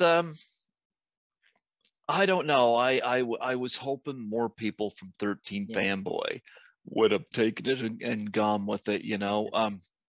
I have a couple of prospects that I'm keeping my fingers crossed on that I'm hoping will do it. I threw some of these out on Cameo. Yeah. Because I remember you had suggested for me to go after some wrestlers on Cameo. Yeah. And Tori Wilson came through, and I thought that was great. And and that's not just like a regular, like, unknown currently, NXT type of female wrestler. This is a Hall of Fame, wrestler, a female wrestler that is mainstream media in wrestling. That's big. Yep. And Teal Piper did it. Teal, again, she's gotten support from me on other things. I just got an autographed picture in the mail from her that I ordered.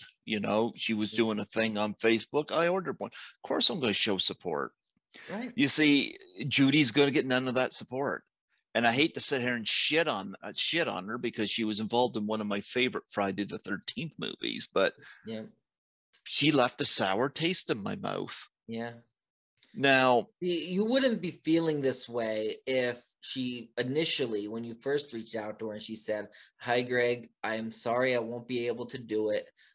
It's just, I don't have the time, or whatever the issue may be. And then it's like, well, thank you for reaching out, telling me no upfront. I respect you for that. You gave me an honest answer that you don't want to do it, and no ill will, no hard feelings.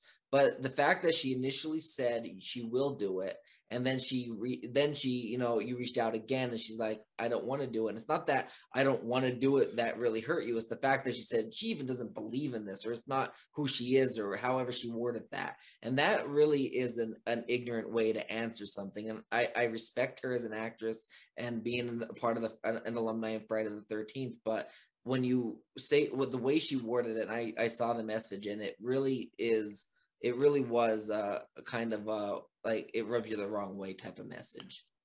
Well, here's the thing. She answered in a Cameo that first time.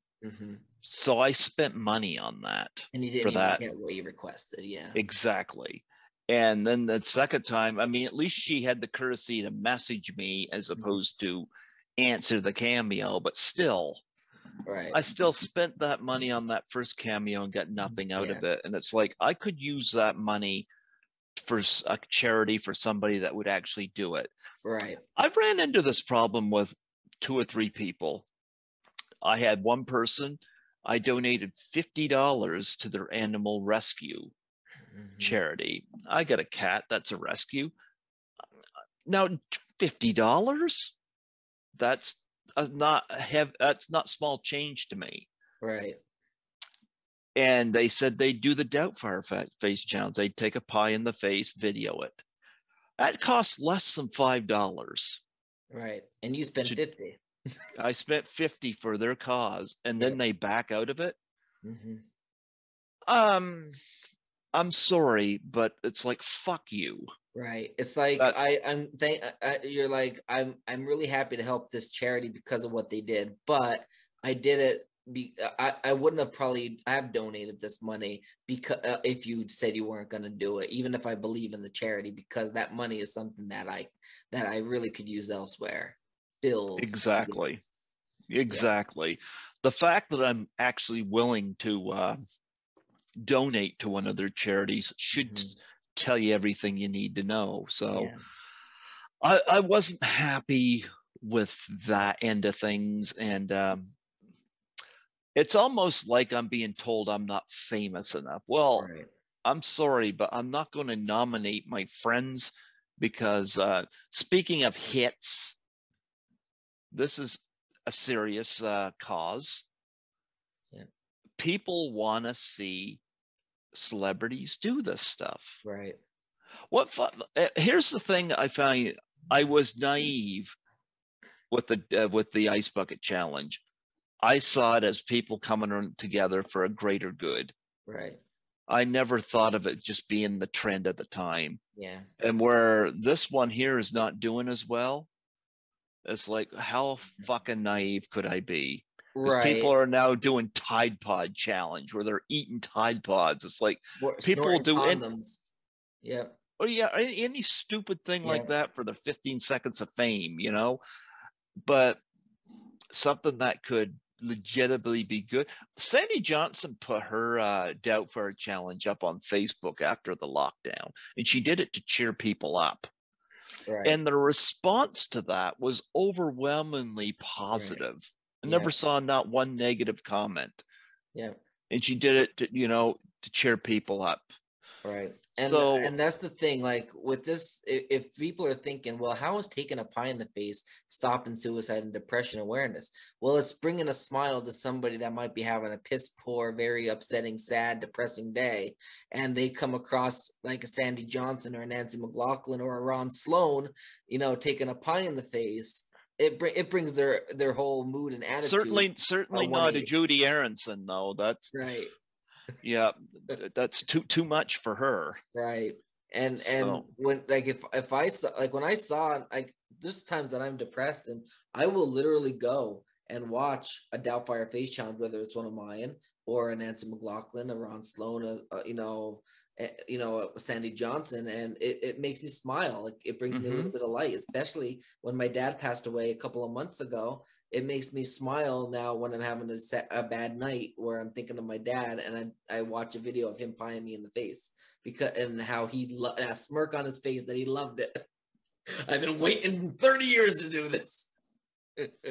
well, you know what? I tried. I Yep. was lucky. I got Jessica Campbell did Mhm. it, and she's gone now. Mhm.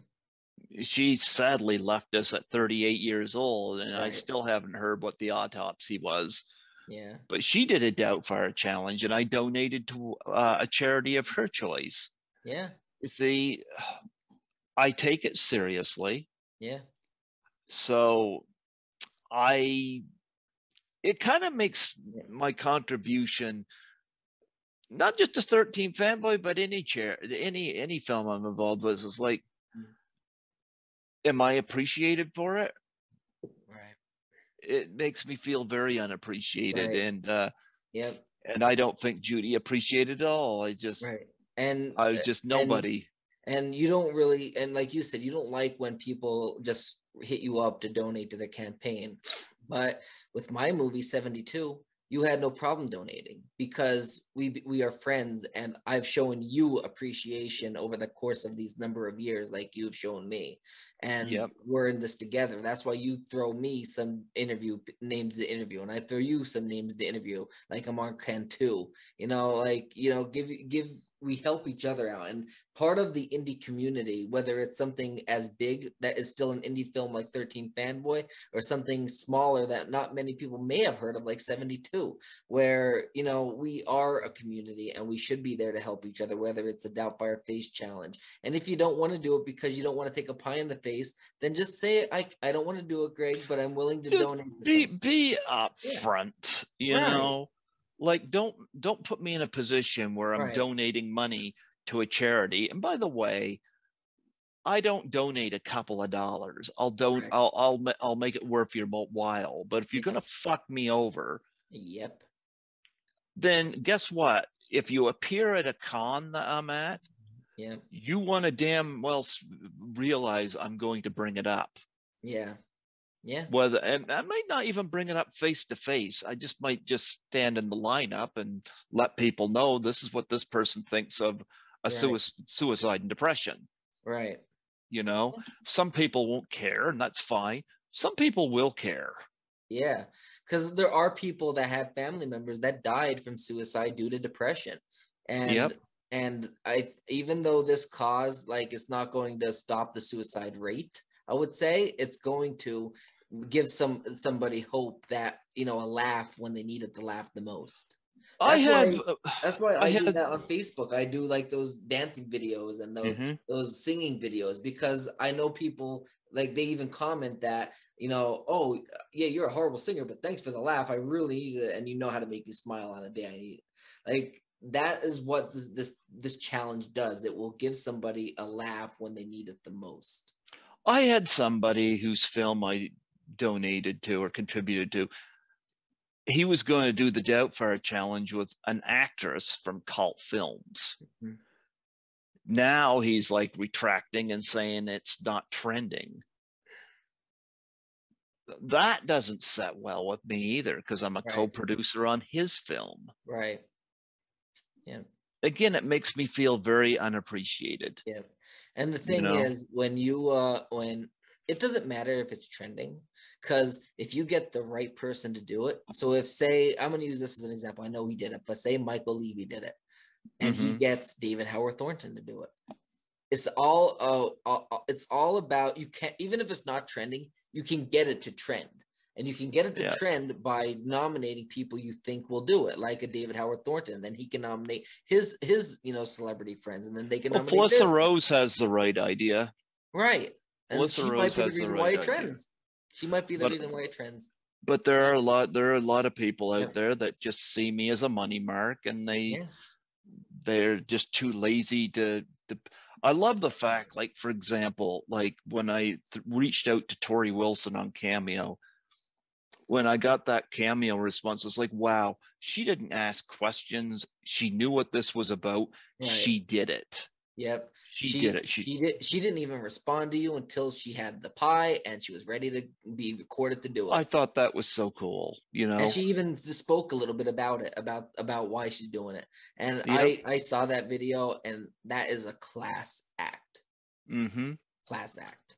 Unlike Judy Aronson. Yeah, unfortunately. Again, I hate to rag on her. Yeah. She was in Weird Science. She was in Friday the 13th, the final chapter, Yep. you know, but this is what she's left Yeah. me. Yeah. Does she actually think I'm going to spend money at her table? I had one person I met at Frightmare in the fall. I bought 4 pictures off her table. Mm-hmm. Plus, I got a picture taken with this person. Mm-hmm. So I spent some money on them. I Yeah. bought from everybody that attended Yeah. that con. I Right. think I'm pretty generous and pretty Yeah. respectful. But when somebody crosses me, Yeah. so my apologies if Judy hears this, but it's like, Yeah. my apologies, but Yeah. And I do want to she say asked that. for this. Right. And I do want to say, like, if anybody's thinking, like, why is he talking like this, or why is Scotty not editing, will edit this out, it's because this is a podcast that is a free public platform. And I give my guests the permission to speak what we're talking about and speak their thoughts, because this is an interview. And I think if Greg's words are going to influence, other people to know about the Doubtfire Face Challenge and why, this is an important cause, then you should actually, then why should you do this? Because of suicide and depression. And I think Greg's words are very, very powerful. And I think that everybody should hear this message, because there are celebrities out there that, only do something if they get money out of it or something. And I'm not saying that's all Judy. I'm not saying it's all this person or that person, but I'm saying that there are celebrities out there that are like that. And I mean, if you go on to Facebook groups, you see other people like asking, how was this person? How was that person? And they tell their good or bad experiences. This is exactly what this is, just in a video interview format. And I appreciate Greg talking about this. And I think that everybody should be aware of this, because it's not that we're shitting on her. It's just, this is the experience he had. Actually, since this has happened, I've had 2 or 3 people contacted me who've had bad experiences with her at cons. So Okay. think about that. Yeah. Yeah. Think about that. Yeah. So Yeah. yeah, unfortunately, that's how, you know, some celebrities are like that. And if they are like that, that's how they don't get, you know, money in future appearances, where people don't go to see them. Eventually it's going to come down where the word gets out and nobody's going to be in their line. Yep. Unfortunately, but that's if you know, that's how they make their bed, they got to lay in it.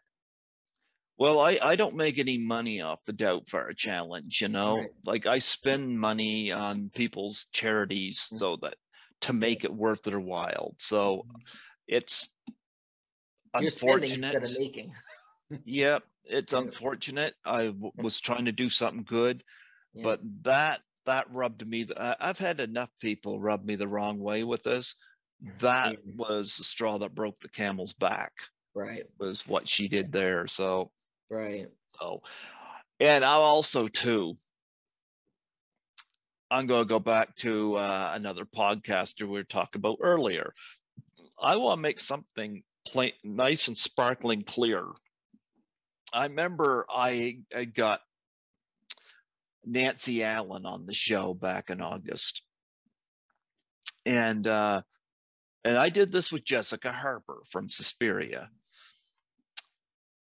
Sometimes, you know, if you want to get somebody's attention and you know that they're involved with a charity, sometimes it doesn't hurt to make a donation in their honor.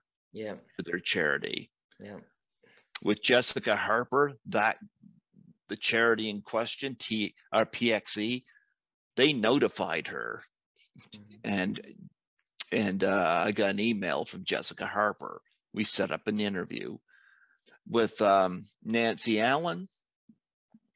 It was with We Spark Cancer, which she started when actress Wendy Jo Sperber, who she's been in a couple movies with, passed away.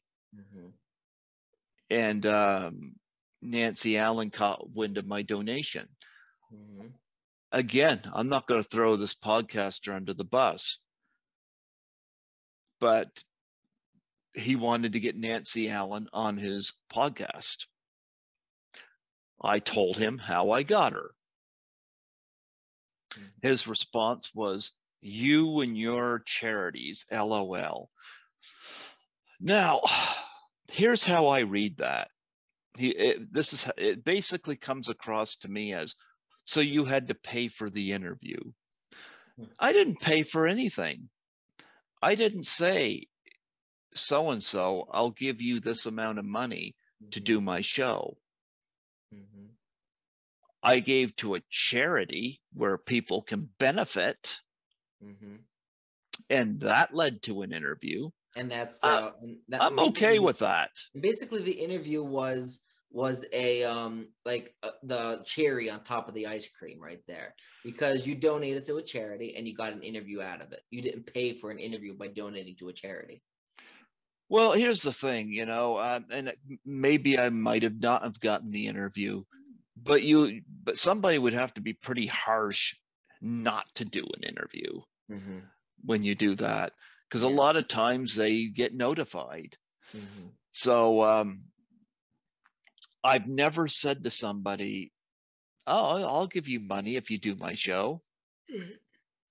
Never done that. Now I don't give charities to get all interviews either, but if I see an outlet for somebody I really want to get on the show, and I think this will help my chances, you know what? Good. A charity benefits a lot of people. Yeah. I'm like, you know what? That's just an added bonus. I got no regrets on that. So absolutely. So I was thinking, let's play a game quick before we wrap up the interview. So it's a wrestling type of game. So I have 15 things of what you think is the best or the most of a certain category, and I don't want you to think about it. I want you to say the first name that comes to mind right away. So for example, if I say, who is the best, I'm gonna do one that's not on here, like who is the best I don't know, the best like wrestling animal mascot or whatever, you would say that, like say Damien. Like you would say the first thing that comes to your mind. Like you don't no thinking about it, just lightning round. So number 1, best wrestler. You know what? When it comes to best wrestler, I think of who I might look up the most online to watch wrestle. Right. And I'd have to say I get the most entertainment out of Ricky the Dragon Steamboat. Nice. Speaking of which, I got him in here. Here you go. Nice. I think Ricky Steamboat, to me, is a great wrestler. He's got the best arm drag. He's just so smooth. Right. Everything he does in the ring. All right. I gotta go with Steamboat. To me, I think he's a terrific wrestler. What about best entertainer in wrestling? Oh, that's a tough one. I'm gonna go with Ric Flair. Yeah. Because Ric Flair, even his promos, not only is he a great wrestler, oh my goodness, his promos, like there's a lot of memes on him and stuff. I'll go with Ric Flair in terms of entertainer. It gets even harder because speaking of promos, who is best at giving a promo? That's a good question. Again, a good question.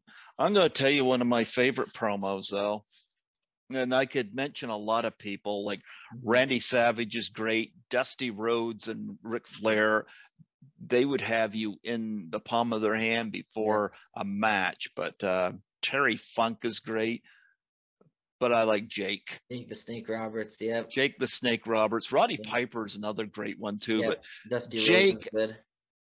Jake, I actually one night at work, when I was listening to my headphones, I was actually listening to do a playlist of Jake's promos. Nice. And there was about 50 plus promos. And I was just listening to them and just listening. I don't even know where Jake comes up because today it's all scripted. Yeah. It's all bullshit today. Yeah. Jake, the way he uses his words. Yeah. He had great promos. I'll go with Jake the Snake. Awesome. What about best tag team? You know what? I think the greatest tag team is the Legion of Doom, Animal and Hawk. They had speed and they had strength. Yeah. You know, I think that's a great combination. I don't like it. Like, one of the big reasons I didn't like the Rockers is because there was no strength there. Right. You know, I watched them against the Powers of Pain, and the Powers of Pain were just beating the shit out of them because every high flying move, if they did cross body, they would catch them. And with the Legion of Doom, I mean, I think Hawk's a little quicker. Yeah. Animal's a powerhouse, but they're both tough guys. They both can move well. I also really like the Funk Brothers, who are very underrated because they can take it to you any style of match. Yep. What about best female wrestler? Wow. Tough, right? There's a lot of good ones. Wow. I'm not going to give you a definite answer. I have a lot of respect for Wendy Richter. Yeah. Who, if you go on YouTube, has done, you can find her doing at least 3 steel cage matches back in the day. Wendy was tough. But in terms of people I watch, today I love Charlotte Flair. Yeah. Like, Charlotte Flair is a tremendous talent. But in terms of people I actually go on and watch, Velvet McIntyre and Princess Victoria. And I got to say Velvet first off, because Velvet led me to Princess Victoria, who I've had on the show a couple of times. But Velvet, to me, I'd never seen it, and I've only seen Ricky Steamboat do it since. Had a crossbody, spun around in circles as she was taking her opponent down. Velvet wrestled barefoot. I can watch Velvet all day wrestle. She's very smooth, like the dragon in the ring. And I'm going to say my favorite in terms of best, I'm going to say Velvet McIntyre. I like her. Yeah. Nice. What about the best male manager? Oh, Bobby the Brain Heenan, definitely. Yeah, hands down. Bobby Heenan. The Weasel. I mean, there's a lot of great ones. Freddie Blassie was great, Yeah, Captain Lou Albano, yeah. Jimmy Hart. But to me, Bobby Heenan, even when he did color commentary, he's so funny. Yeah. The stuff he comes up with, and he would Mhm. always like anytime he have a guy challenge Hulk Hogan, Yeah. the match is going to end with him getting an atomic drop. Yep. I love the brain. I love the Yes, brain. God bless him. absolutely. So what about best female valet? Oh, Miss Elizabeth. Yeah. I don't have an Elizabeth figure here. She's hard to find, but I do have the Macho Man, Yeah. Randy Savage. Miss Ooh, yeah. Elizabeth and definitely I even like the sensational Sherry. Classic. Sherry's great. Well, Yep. Sherry, here's the thing with Sherry. I hear so many, especially talking to Princess Victoria. Um, Sherry was a lovely person in person, but Hmm. Sherry, she could take a bump. Like I've seen Hulk Hogan throw Hmm. her around the Yeah. ring. She can take a bump, you know. Yep. Yep. Now, for me, this would be a hard one because there's a number of them I like. This one might not be so hard for you. We'll see. Best WrestleMania. Easy, easy, I knew it would be easy for you. easy. And it's the one that got me interested in wrestling because I remember Hostess potato chips had stickers come out in the chip bags. Hmm. And I remember somebody in my class had a sticker with Jake the Snake Roberts. And me being a snake fan, love snakes. It was a picture of Jake the Snake with his python. And I was like, I got the person to explain this. Well, he said this guy wrestles and he puts a snake on his opponents. Nice. That intrigued me. That was my introductory to wrestling. That intrigued me. And I had a cousin and cousins and an uncle that watched wrestling a lot. So, but the thing is, with those Hostess potato chips, you would never believe some of the weird characters Hmm. that were on those stickers. In addition to Jake the Snake, there was Roddy Piper, there was Randy Savage, there was Ricky Steamboat, there Yep. was George the Animal Steel, there was Kamala, there was Sika, there was King Kong Bundy, the Honky Tonk Man, Outback Jack, Hillbilly Jim.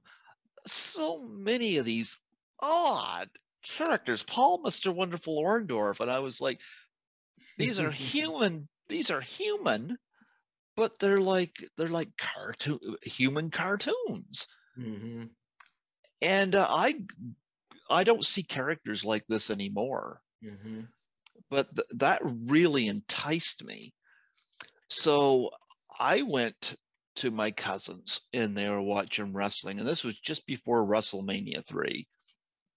And there was I didn't see Jake on that night, but I saw a 6-man tag elimination match Hmm. where I became a huge fan of somebody. The 6-man tag elimination, of course, is when somebody gets pinned, they go back to the dressing room and the match continues Hmm. until one team is won. The heel team had the adorable Adrian Adonis, who is no longer with us. Hmm. His partner was King Harley Race, who I don't have an LGN of Harley Race right now. I'd like to get one. I have a lot of respect for Harley Race. Right. And their partner was Randy Savage, Hmm. who come out there with the gorgeous Miss Elizabeth. Their opponents were the Junkyard Dog. Legend. Yep, the Junkyard Dog. Um, Ricky the Dragon Steamboat. Hmm.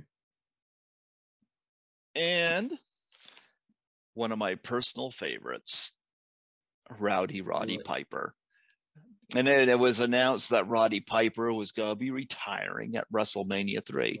Between him and Terry Funk, I don't know who's retired more, But nonetheless, Piper won the match after it come down to he and Randy Savage, and Piper outsmarted the Macho Man and was the sole survivor. But I became a big Piper fan that night because I was quite amused with him. That led to WrestleMania 3. WrestleMania 3 to me is the greatest WrestleMania ever.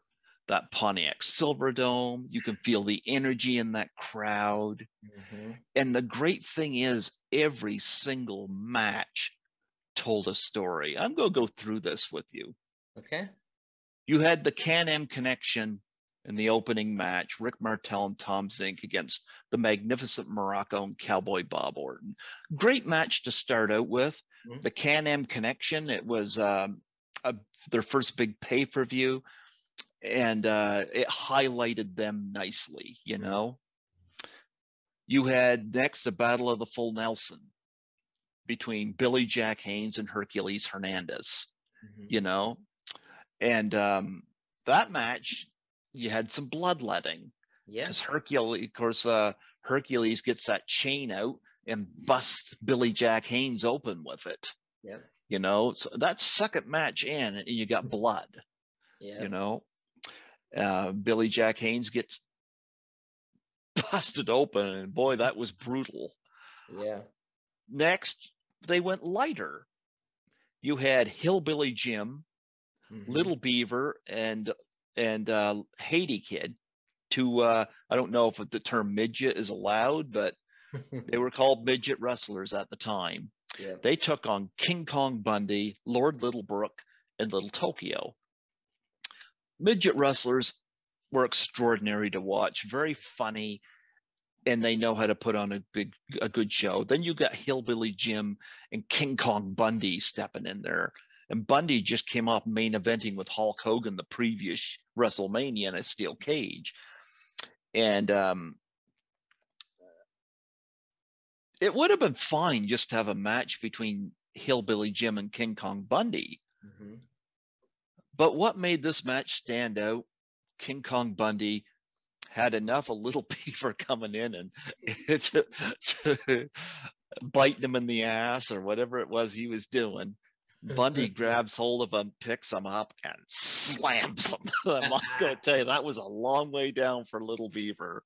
And then he drops an elbow on him, and I'm like, I thought that was just the greatest thing. King Kong Bundy doing that.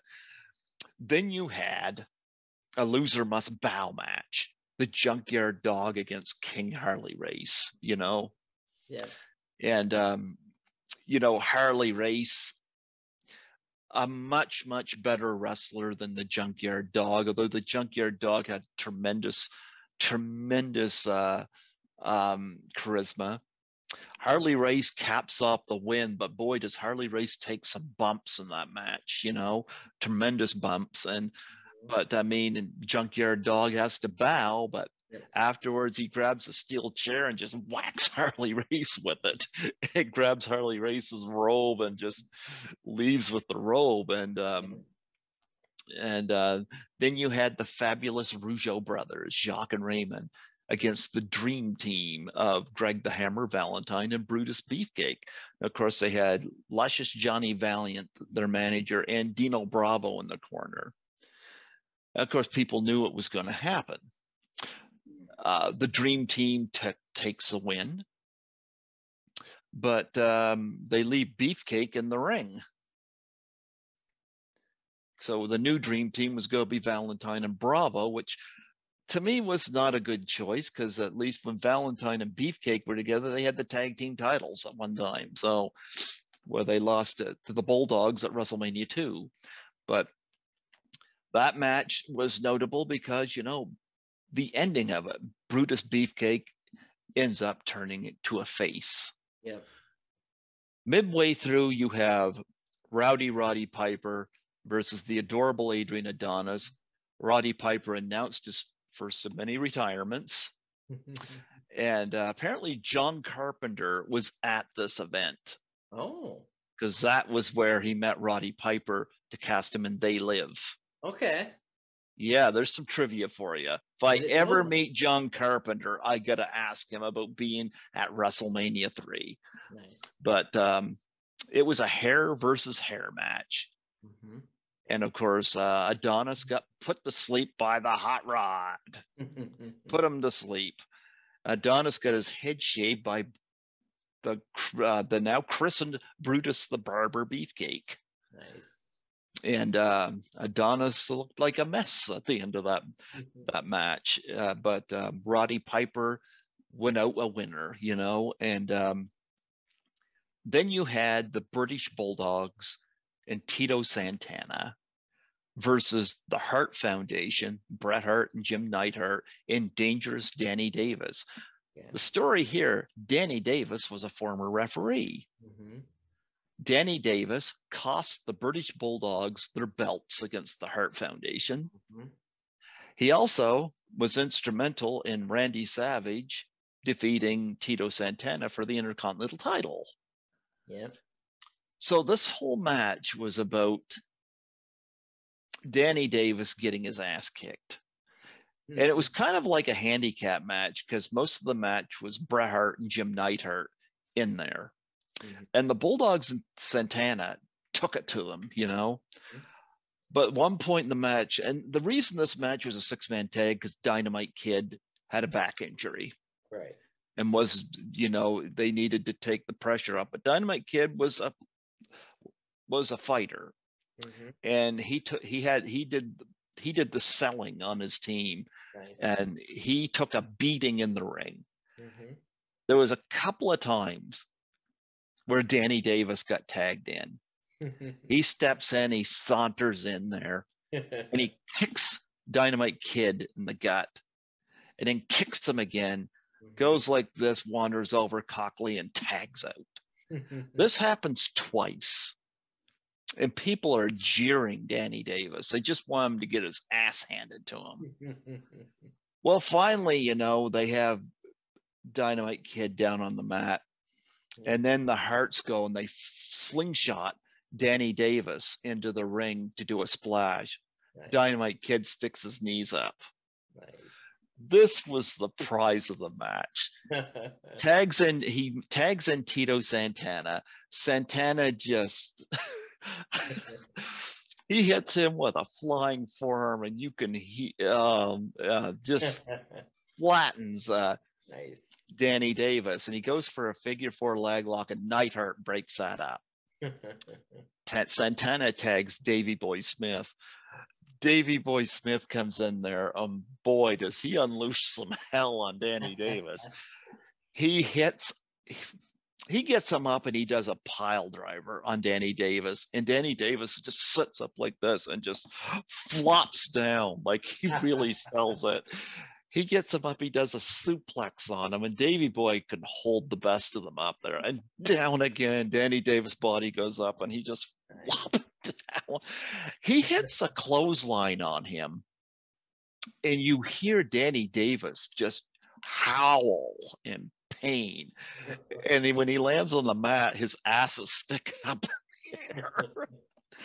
And then Davey Boy picks him up and does the shoulder slam. And that was where Jim Neidhart comes in. And, nice. And it's funny because Danny Davis ends up getting the pin due to the Jimmy Hart's megaphone. Mm-hmm. So it's like, oh, they got away with it. But at the same token, it's a fun match because you're just waiting for Danny Davis to get the piss beat out of him. Boy, does he ever. Because it's like Gorilla Monsoon said on commentary, he can't even walk. They're like holding him up, walking him out of there. Next, you had the Birdman, Coco Beware versus the Natural Butch Reed. This is a match a lot of people overlook. Mm-hmm. It was actually a better match than a lot of people give it credit for. Coco's a high flyer. Butch Reed's a powerhouse. Mm-hmm. I thought it was a decent match. Butch Reed, of course, comes out on top, and anyway, Butch Reed comes out on top. Coco Beware doesn't like the fact that his tights got held for the pin, and lays into Butch Reed, and his manager Slick lays into him with the cane. Mm-hmm. Tito Santana enters and just not only beats the crap out of Slick, but starts ripping his clothes off, you know. Finally, Slick gets out of there. You could just see him running up the aisle, just frailing like a suit half hanging off of him. Santana just did a number on him. Then they do a double drop kick on Butch Reed, knocking him out of there. And I had fun with that. Then came the match of the night. Yeah. Ricky the Dragon Steamboat versus Randy Macho Man Savage. To me, the greatest match in WrestleMania history. You know, and I would put Bret Hart and Steve Austin as probably my second, you know, for WrestleMania 13, 10 years later. But this match here was the crown jewel of the night to me. The history, of course, Randy Savage used the timekeeper's bell to put the Dragon out of commission. Yeah. Steamboat come back, and of course the Dragon had George the Animal Steel in his corner. Yeah. You know, and Savage had Miss Elizabeth, who was easy on the eyes, as we all know. And of course, we all know Steamboat captured the Intercontinental title. That was a tremendous match. Yeah. They were both well versed in the ring together. What a great match. And it was the highlight of the night to me was Steamboat versus Savage. Yeah. Next, you had Jake the Snake Roberts versus the Honky Tonk Man. Now, this was where shortly before that, Jake had turned face. You know, Honky Tonk Man ambushed him with the guitar and in the snake pit. So Jake was out for revenge. Jake had Alice Cooper in his corner to keep an eye on Jimmy Hart. Mm-hmm. And of course, the Honky Tonk Man takes the win after holding on to the ropes. Mm-hmm.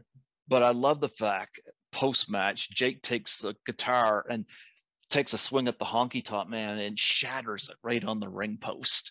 And the Honky Tonk Man's running up the aisle, but Jimmy Hart is trapped in the ring. Alice Cooper gets in there, and Jimmy Hart's getting his fist up, ready to go, and Jake gives in, puts him in a full Nelson, and points to the bag. Alice Cooper gets Damien out of the bag, and Jimmy Hart, you could hear him squeal. He's kicking and squealing.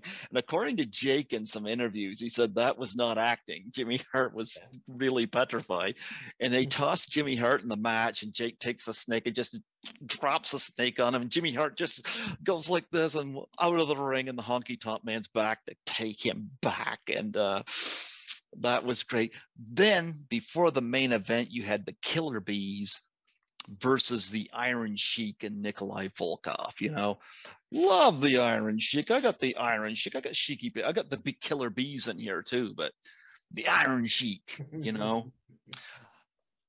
Nice. This match, of course, Hacksaw Jim Duggan comes down with his 2x4 to prevent Nikolai Volkov from singing the Russian anthem. Mm-hmm. And the Killer Bees were a high-flying team. Of course, they would use the mask a lot to confuse the referee, but they didn't use the mask in this match. Mm-hmm. And one of the things I liked about this match is Jumpin' Jim Brunzell, who is known for have one of the best drop kicks in wrestling. He ends up selling in the match. He's the one that's getting his ass kicked, and he is taking a beating. You know, he gets caught in a bear hug by Nikolai Volkov, and he claps Volkov's ears, and he still can't get over there to make a tag, you know, to be Brian Blair. There's one point in the match, the Iron Sheik slaps that camel clutch on Jumpin' Jim Brunzell. And Brunzell is in the center of the ring. He's trapped. Sheik has the camel clutch. Outside the ring, you know, you've got Hacksaw Jim Duggan going after Slick with the 2x4. Then he's going after Nikolai Volkov with the 2x4. And finally, you know, Volkov goes under the bottom rope, and so does Slick, and they're out the other side. Duggan comes in there, and he stops. Right. He looks at the crowd. He takes a 2x4 and clocks the Iron Sheik across the back, and Sheik lets go of the hold, and the Duggan lays the boots to him. And of course, the Bees get disqualified, But I had fun with that match. And it was nice to see a WrestleMania where the Iron Sheik gets to fly the camouflage, And then you had your main event, Hulk Hogan versus Andre the Giant. And what I liked about that match was that all the odds were against Hulk Hogan. When he goes for that slam at the beginning of the match and he hurts his back, adds a great deal of emotion and suspense to the match. And him body slamming Andre, at the time, nobody had really seen that. Of course, we know now history, now that Vince can't control the internet, that several guys have body slammed Andre the Giant, including the Ultimate Warrior, including Harley Race, including Antonio Inoki, including Kamala, But at that time, Andre hadn't been beaten in according to that, 15 years. So I know this was a long-winded, very, very detailed answer.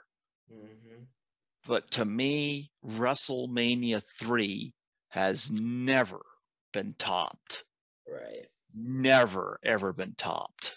That's the best WrestleMania. Yeah. What about best wrestling gimmick? Best wrestling gimmick.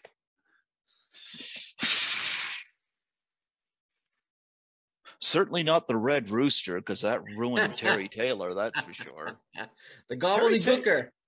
Terry Taylor was a big star in one of the promotional wrestling promotion.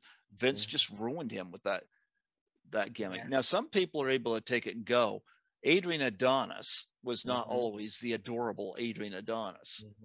That was Vince kind of punishing him, but Adrian Adonis made it work.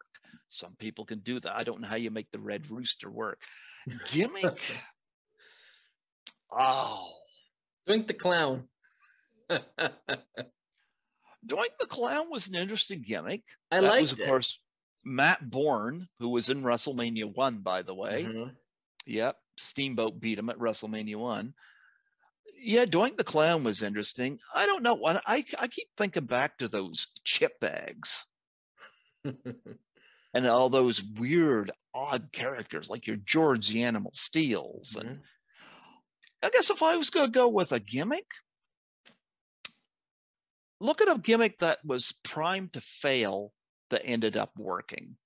And I can think of one, and that is the Honky Tonk Man. There you go. This was a guy they could not get over as a baby face when he arrived. And they turned him heel. And him having the Intercontinental title run, I would have never have thought of that. If I was going to have Steamboat drop the belt, it would have been probably to Harley Race. Yeah.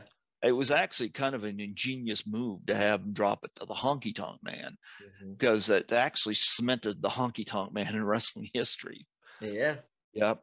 Yeah. I'm going to go with the Honky Tonk Man for a gimmick. What about best wrestling faction or stable? 4 Horsemen. Yeah. Yeah, 4 Horsemen all the way. Best finishing move. DDT, but only done by Jake the Snake. Yep. Now the DDT is used by everybody and kicked out at 1, kicked out at 2. But back when Jake the Snake did it, he was pretty much the only one that did do it, and you were down for the count. Yeah, Jake, I loved how he did the DDT too. Like he would bring them up, and there was some kind of a jerk movement he would do, and he would have his slap the opponent's back, and he'd have his hand in the air and bring the opponent down. Right. Jake did the DDT better than any. Arn Anderson didn't have a bad one, but Jake had the best DDT. Yeah. It was terrific. There's a video on there online I've watched numerous times of just Jake doing the DDT on various opponents. And And I love the way he does that move. Nobody did it better, and probably nobody will ever do it better than what Jake did it. Right. Best promoter. Best promoter. You mean kind of like in a Vince McMahon style? Like a Vince McMahon, Paul Heyman, Eric Bischoff type of stuff. Tony Khan. I would like to say Vince McMahon, but basically what Vince did was he got rid of all the territories, which he did something great, but yet he's also what's wrong with wrestling as well. He allowed people like Hulk Hogan to get in his ear. Yeah. Because Hulk Hogan, nobody's gonna be him, you know. Vince had no faith in small wrestlers, because if he was smart at all, he would have put a lot more stock in Ricky Steamboat than he did. Because I tell you, NWA or WCW certainly put stock in Ricky Steamboat, which has led to his feud with Ric Flair.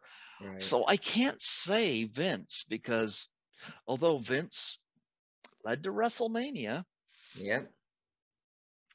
Vince in a lot of ways is what's wrong with wrestling. He kisses ass way too much with celebrities. You know, right now I'd say Tony Khan probably. Bringing in CM Punk was certainly a smart move.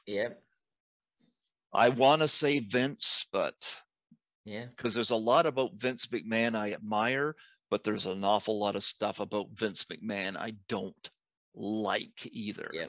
You know. What about best entrance? Best entrance. You want me to tell you who I thought had a great entrance? Who? I'm going back to the days of the chip bags. Randy Savage and Elizabeth. That's what I think of. I think class, gracefulness, beauty. Elizabeth would come out and she would have a beautiful outfit on, you know, usually something that's sparkling and whatnot. She looked gorgeous. And Randy Savage would come out at the time. He would have this robe on, you know, and he'd have the headband like here and the shades, and he'd get in the ring and he would twirl around in circles and he'd have his finger in the air. And it wouldn't matter whether it was a face or a heel, you know. You were glued to him, you know. I think Savage had a great entrance. And the last one, most legendary wrestler. You know what? Some people say Hulk Hogan, but there's only one guy I have that much respect for. Piper. Ooh. You know who it is? Bruno Sammartino. Bruno Sammartino. I think Bruno Sammartino was the greatest champion wrestling ever had. Yes, he was pretty simple in the ring, but you believed him when he did his thing, you know. Bruno was tremendously over. He had the title for a length of 8 years. And you ask Larry Zbyszko, and Larry Zbyszko will tell you Bruno had a tremendous impact on his career because people hated Larry Zbyszko when he turned on him, you know.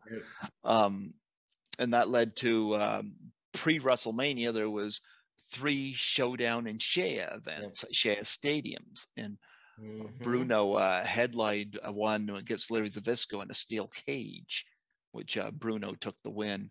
To me, when I think of legendary wrestlers, Bruno, I have a lot of respect for Bruno Sammartino. Funny story. I was at WrestleMania 29 in New Jersey. And back in 2013, and I saw Bruno Sammartino get inducted into the WWE Hall of Fame along with Mick Foley, Trish Stratus. It was I saw that at Madison Square Garden. Me and my dad went. Amazing memories. I'm a big. I'm gonna put these in this bag. I'm a big fan of Bruno. You know, I there's certain, like, I don't watch wrestling now. I just find today it's just bullshit. You know, So I don't have a good time with wrestling today. I'll go on my computer and I will watch wrestling. And I'll watch Ricky Steamboat. I tap in a lot because Steamboat is somebody who he doesn't do the same match over and over. I'll watch Jake the Snake Roberts a lot. Right. You know, I like watching him wrestle. And if I want to watch hardcore wrestling, and I don't mind hardcore wrestling, but it depends on how it's done. Terry Funk knew how to do it. He's the one that taught Mick Foley. Yeah. And I've watched Terry Funk, a lot of his stuff in Japan. You know, so nice. Yeah. And I watched for women's wrestling, like I said, Velvet McIntyre, Princess Victoria. I could watch those two for hours. Nice. You know. Nice. Yeah. Awesome. Yeah. So the last question I got for you, do you have any interviews coming up that you would like to promote to the listening and viewing audience so they can stay tuned to see who you have coming on the show, Python's Paradise? Well, I say tune into my YouTube channel. That's where I update. I wait on my brother to get my MP3s up for YouTube. I still got 3 more 2019s that are not up there yet. My second my first interview, my second interview with Tracy Savage is one. Julian Davis from Eyes Wide Shut, but that one needs some sound fixing on it because the Skype at the station was not up to par. And Carolyn Grimes from It's a Wonderful Life. That one needs up, and I got 30 from 2020 that are not up yet. So I'm waiting on my brother to get those ready.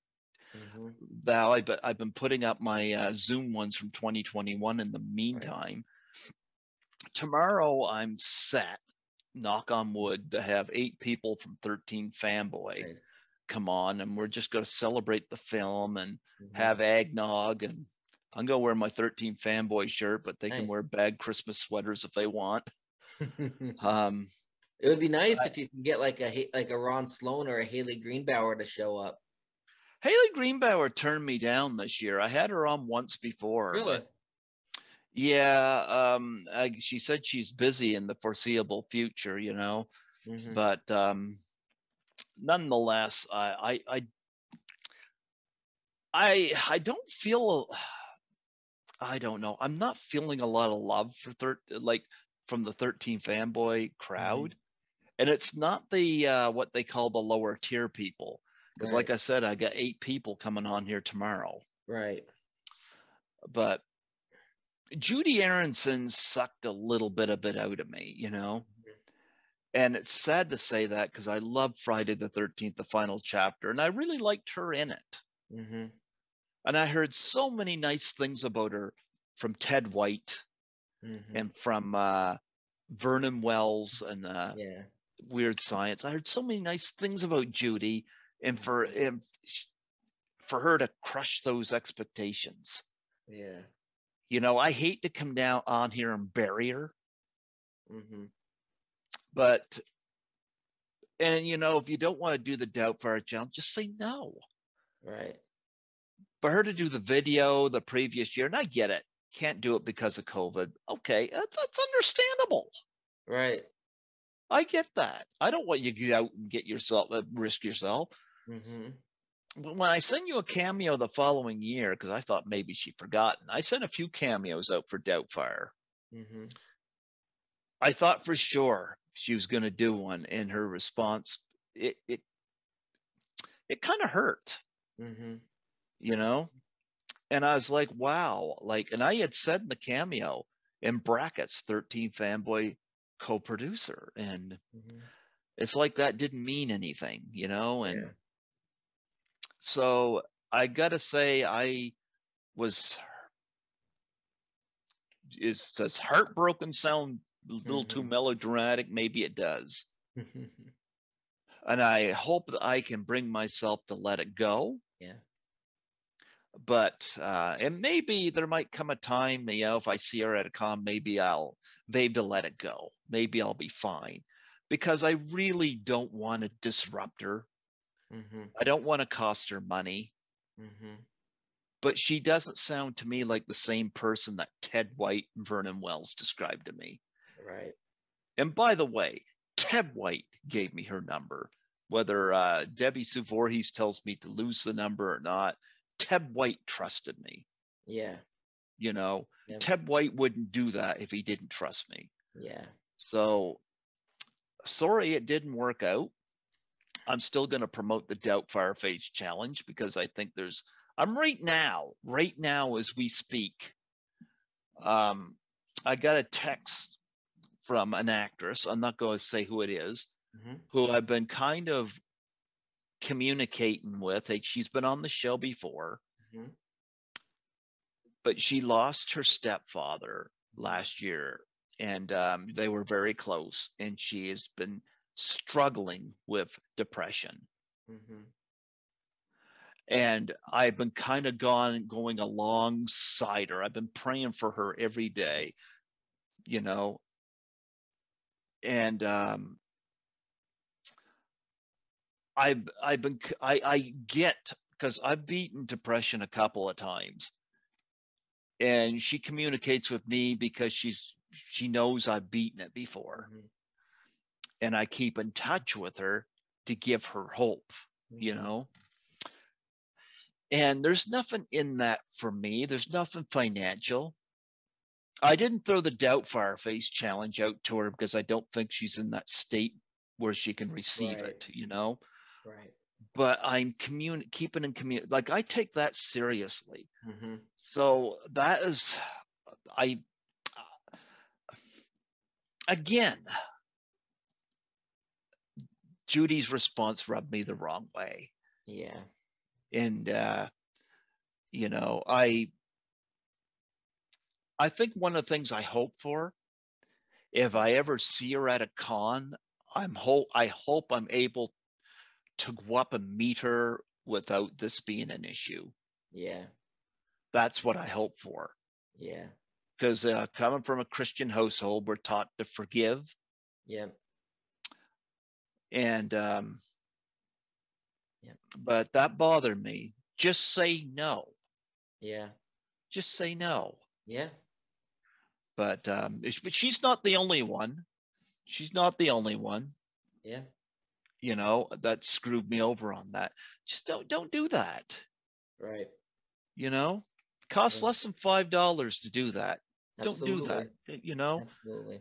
You know, you never know who could see that, because people are going to watch the celebrities do it. They're not going to watch me do it, you know. Right. But there is a couple of hopefuls from 13 Fanboy that got my fingers crossed on. Yeah. You know, so hopefully, you know, but I'm not getting any money out of it, and I have supported other people's charities. As you said, every year when you post about your dad, I always make a donation. Yep. Absolutely. You know, Absolutely. so I hope for peace of mind with Judy Aronson, but she's not somebody I'm reaching out to have on the show, and I don't think she'd do my show anyway. Right. So it don't matter. But you know what? I've met some wonderful people through 13 Fanboy. Right. Absolutely. And they might not be right up there on the poster, but they're great people still. Yep. God created them as well, you know. Absolutely. And I'm looking forward to having that get together tomorrow. Absolutely. I think that I'm looking forward to it as well. I can't wait for it to come out. I can't wait to see it, and I look forward to talking to you. Obviously, again next December. Maybe we can make that game with different categories a yearly thing as well. That was kind of fun. That was fun. Yep. Yeah. But in terms of other interviews lined up, I don't want to jinx myself by saying anything. Yeah. You know, I do have some people. I did mention Tracy Savage, but you know, I got somebody connected with Taxi Driver that I've got scheduled. Nice. You know. Absolutely. Yep.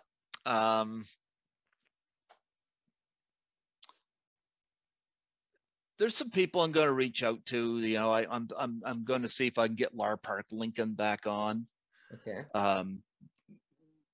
Vanessa Angel, somebody I'd like to have back on. These are people, of course, I haven't reached out to them for this yet. I got to, you know, because I've interviewed them both in December, and of course, it's coming up on that where it's like I see their names. I'm like, okay, these are people I'd like. This what I mean by when I come across their names on the calendar. Yeah. Yeah. And me. Yeah. Like that's why I don't think of you in the middle of the year, because I see. Yeah. Yep. But Absolutely. you're easy to schedule. Both Yep. winter can be tricky, you know. Yeah, it really can be. All Yeah. right. Well, I thank you, Greg, for joining me. Yeah. Well, I appreciate you having me on. Absolutely. You are the first person I had on that I had on previously in a solo interview to come back for another solo interview. I've had other people on more than once, but you're the first person that has done it twice. So, yeah, absolutely. Actually, you're the second. I take that back. You're the second. The first is Debbie Sue Voorhees. Oh, my director. Yes, your director. I had her on. She was like my third ever interview. I had her on to discuss part 5 of Friday the 13th, and then she asked me to come back on to promote 13 Fanboy. So that was an honor when you get somebody to ask you to be on their show, especially of her stature. That was an honor. She did not ask me. I asked her. Yeah. I wish I didn't have to ask her. Yeah. But I had her on for a 5th time, and I don't know what happened, but she was an hour late. Oof. Yeah, and I know she's in England now with Haley Greenbauer, and believe they're in England together. They're promoting 13 Fanboy over there and doing a Q&A and everything. So, yeah. Well, I had her on here for a 5th time. Yep. We talked about the film, and I don't know why she was an hour late, and I don't think she wanted to get into it. And quite frankly, I just wanted to do the interview, and I wasn't going to press her on it. So, you know. Well, yeah. At least you got her, and I'm looking forward to seeing the 8 people that are going to be on for I believe it's tomorrow. I think you said so. I look forward tomorrow. Yeah, we pushed it back a half hour so we could get Troy Elke. Nice. See, Troy Elke again, an amazing, talented guy who's not a mainstream guy. Mm-hmm. But yet the fact that these other people that I'm having on tomorrow are willing to shift back a half hour just so that Troy can be on. Yep.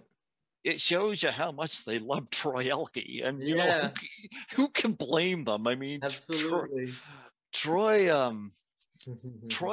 was cut from a different cloth. You definitely was, but yes, I look forward to seeing that and hearing about it. And you have a great rest of your night, Greg.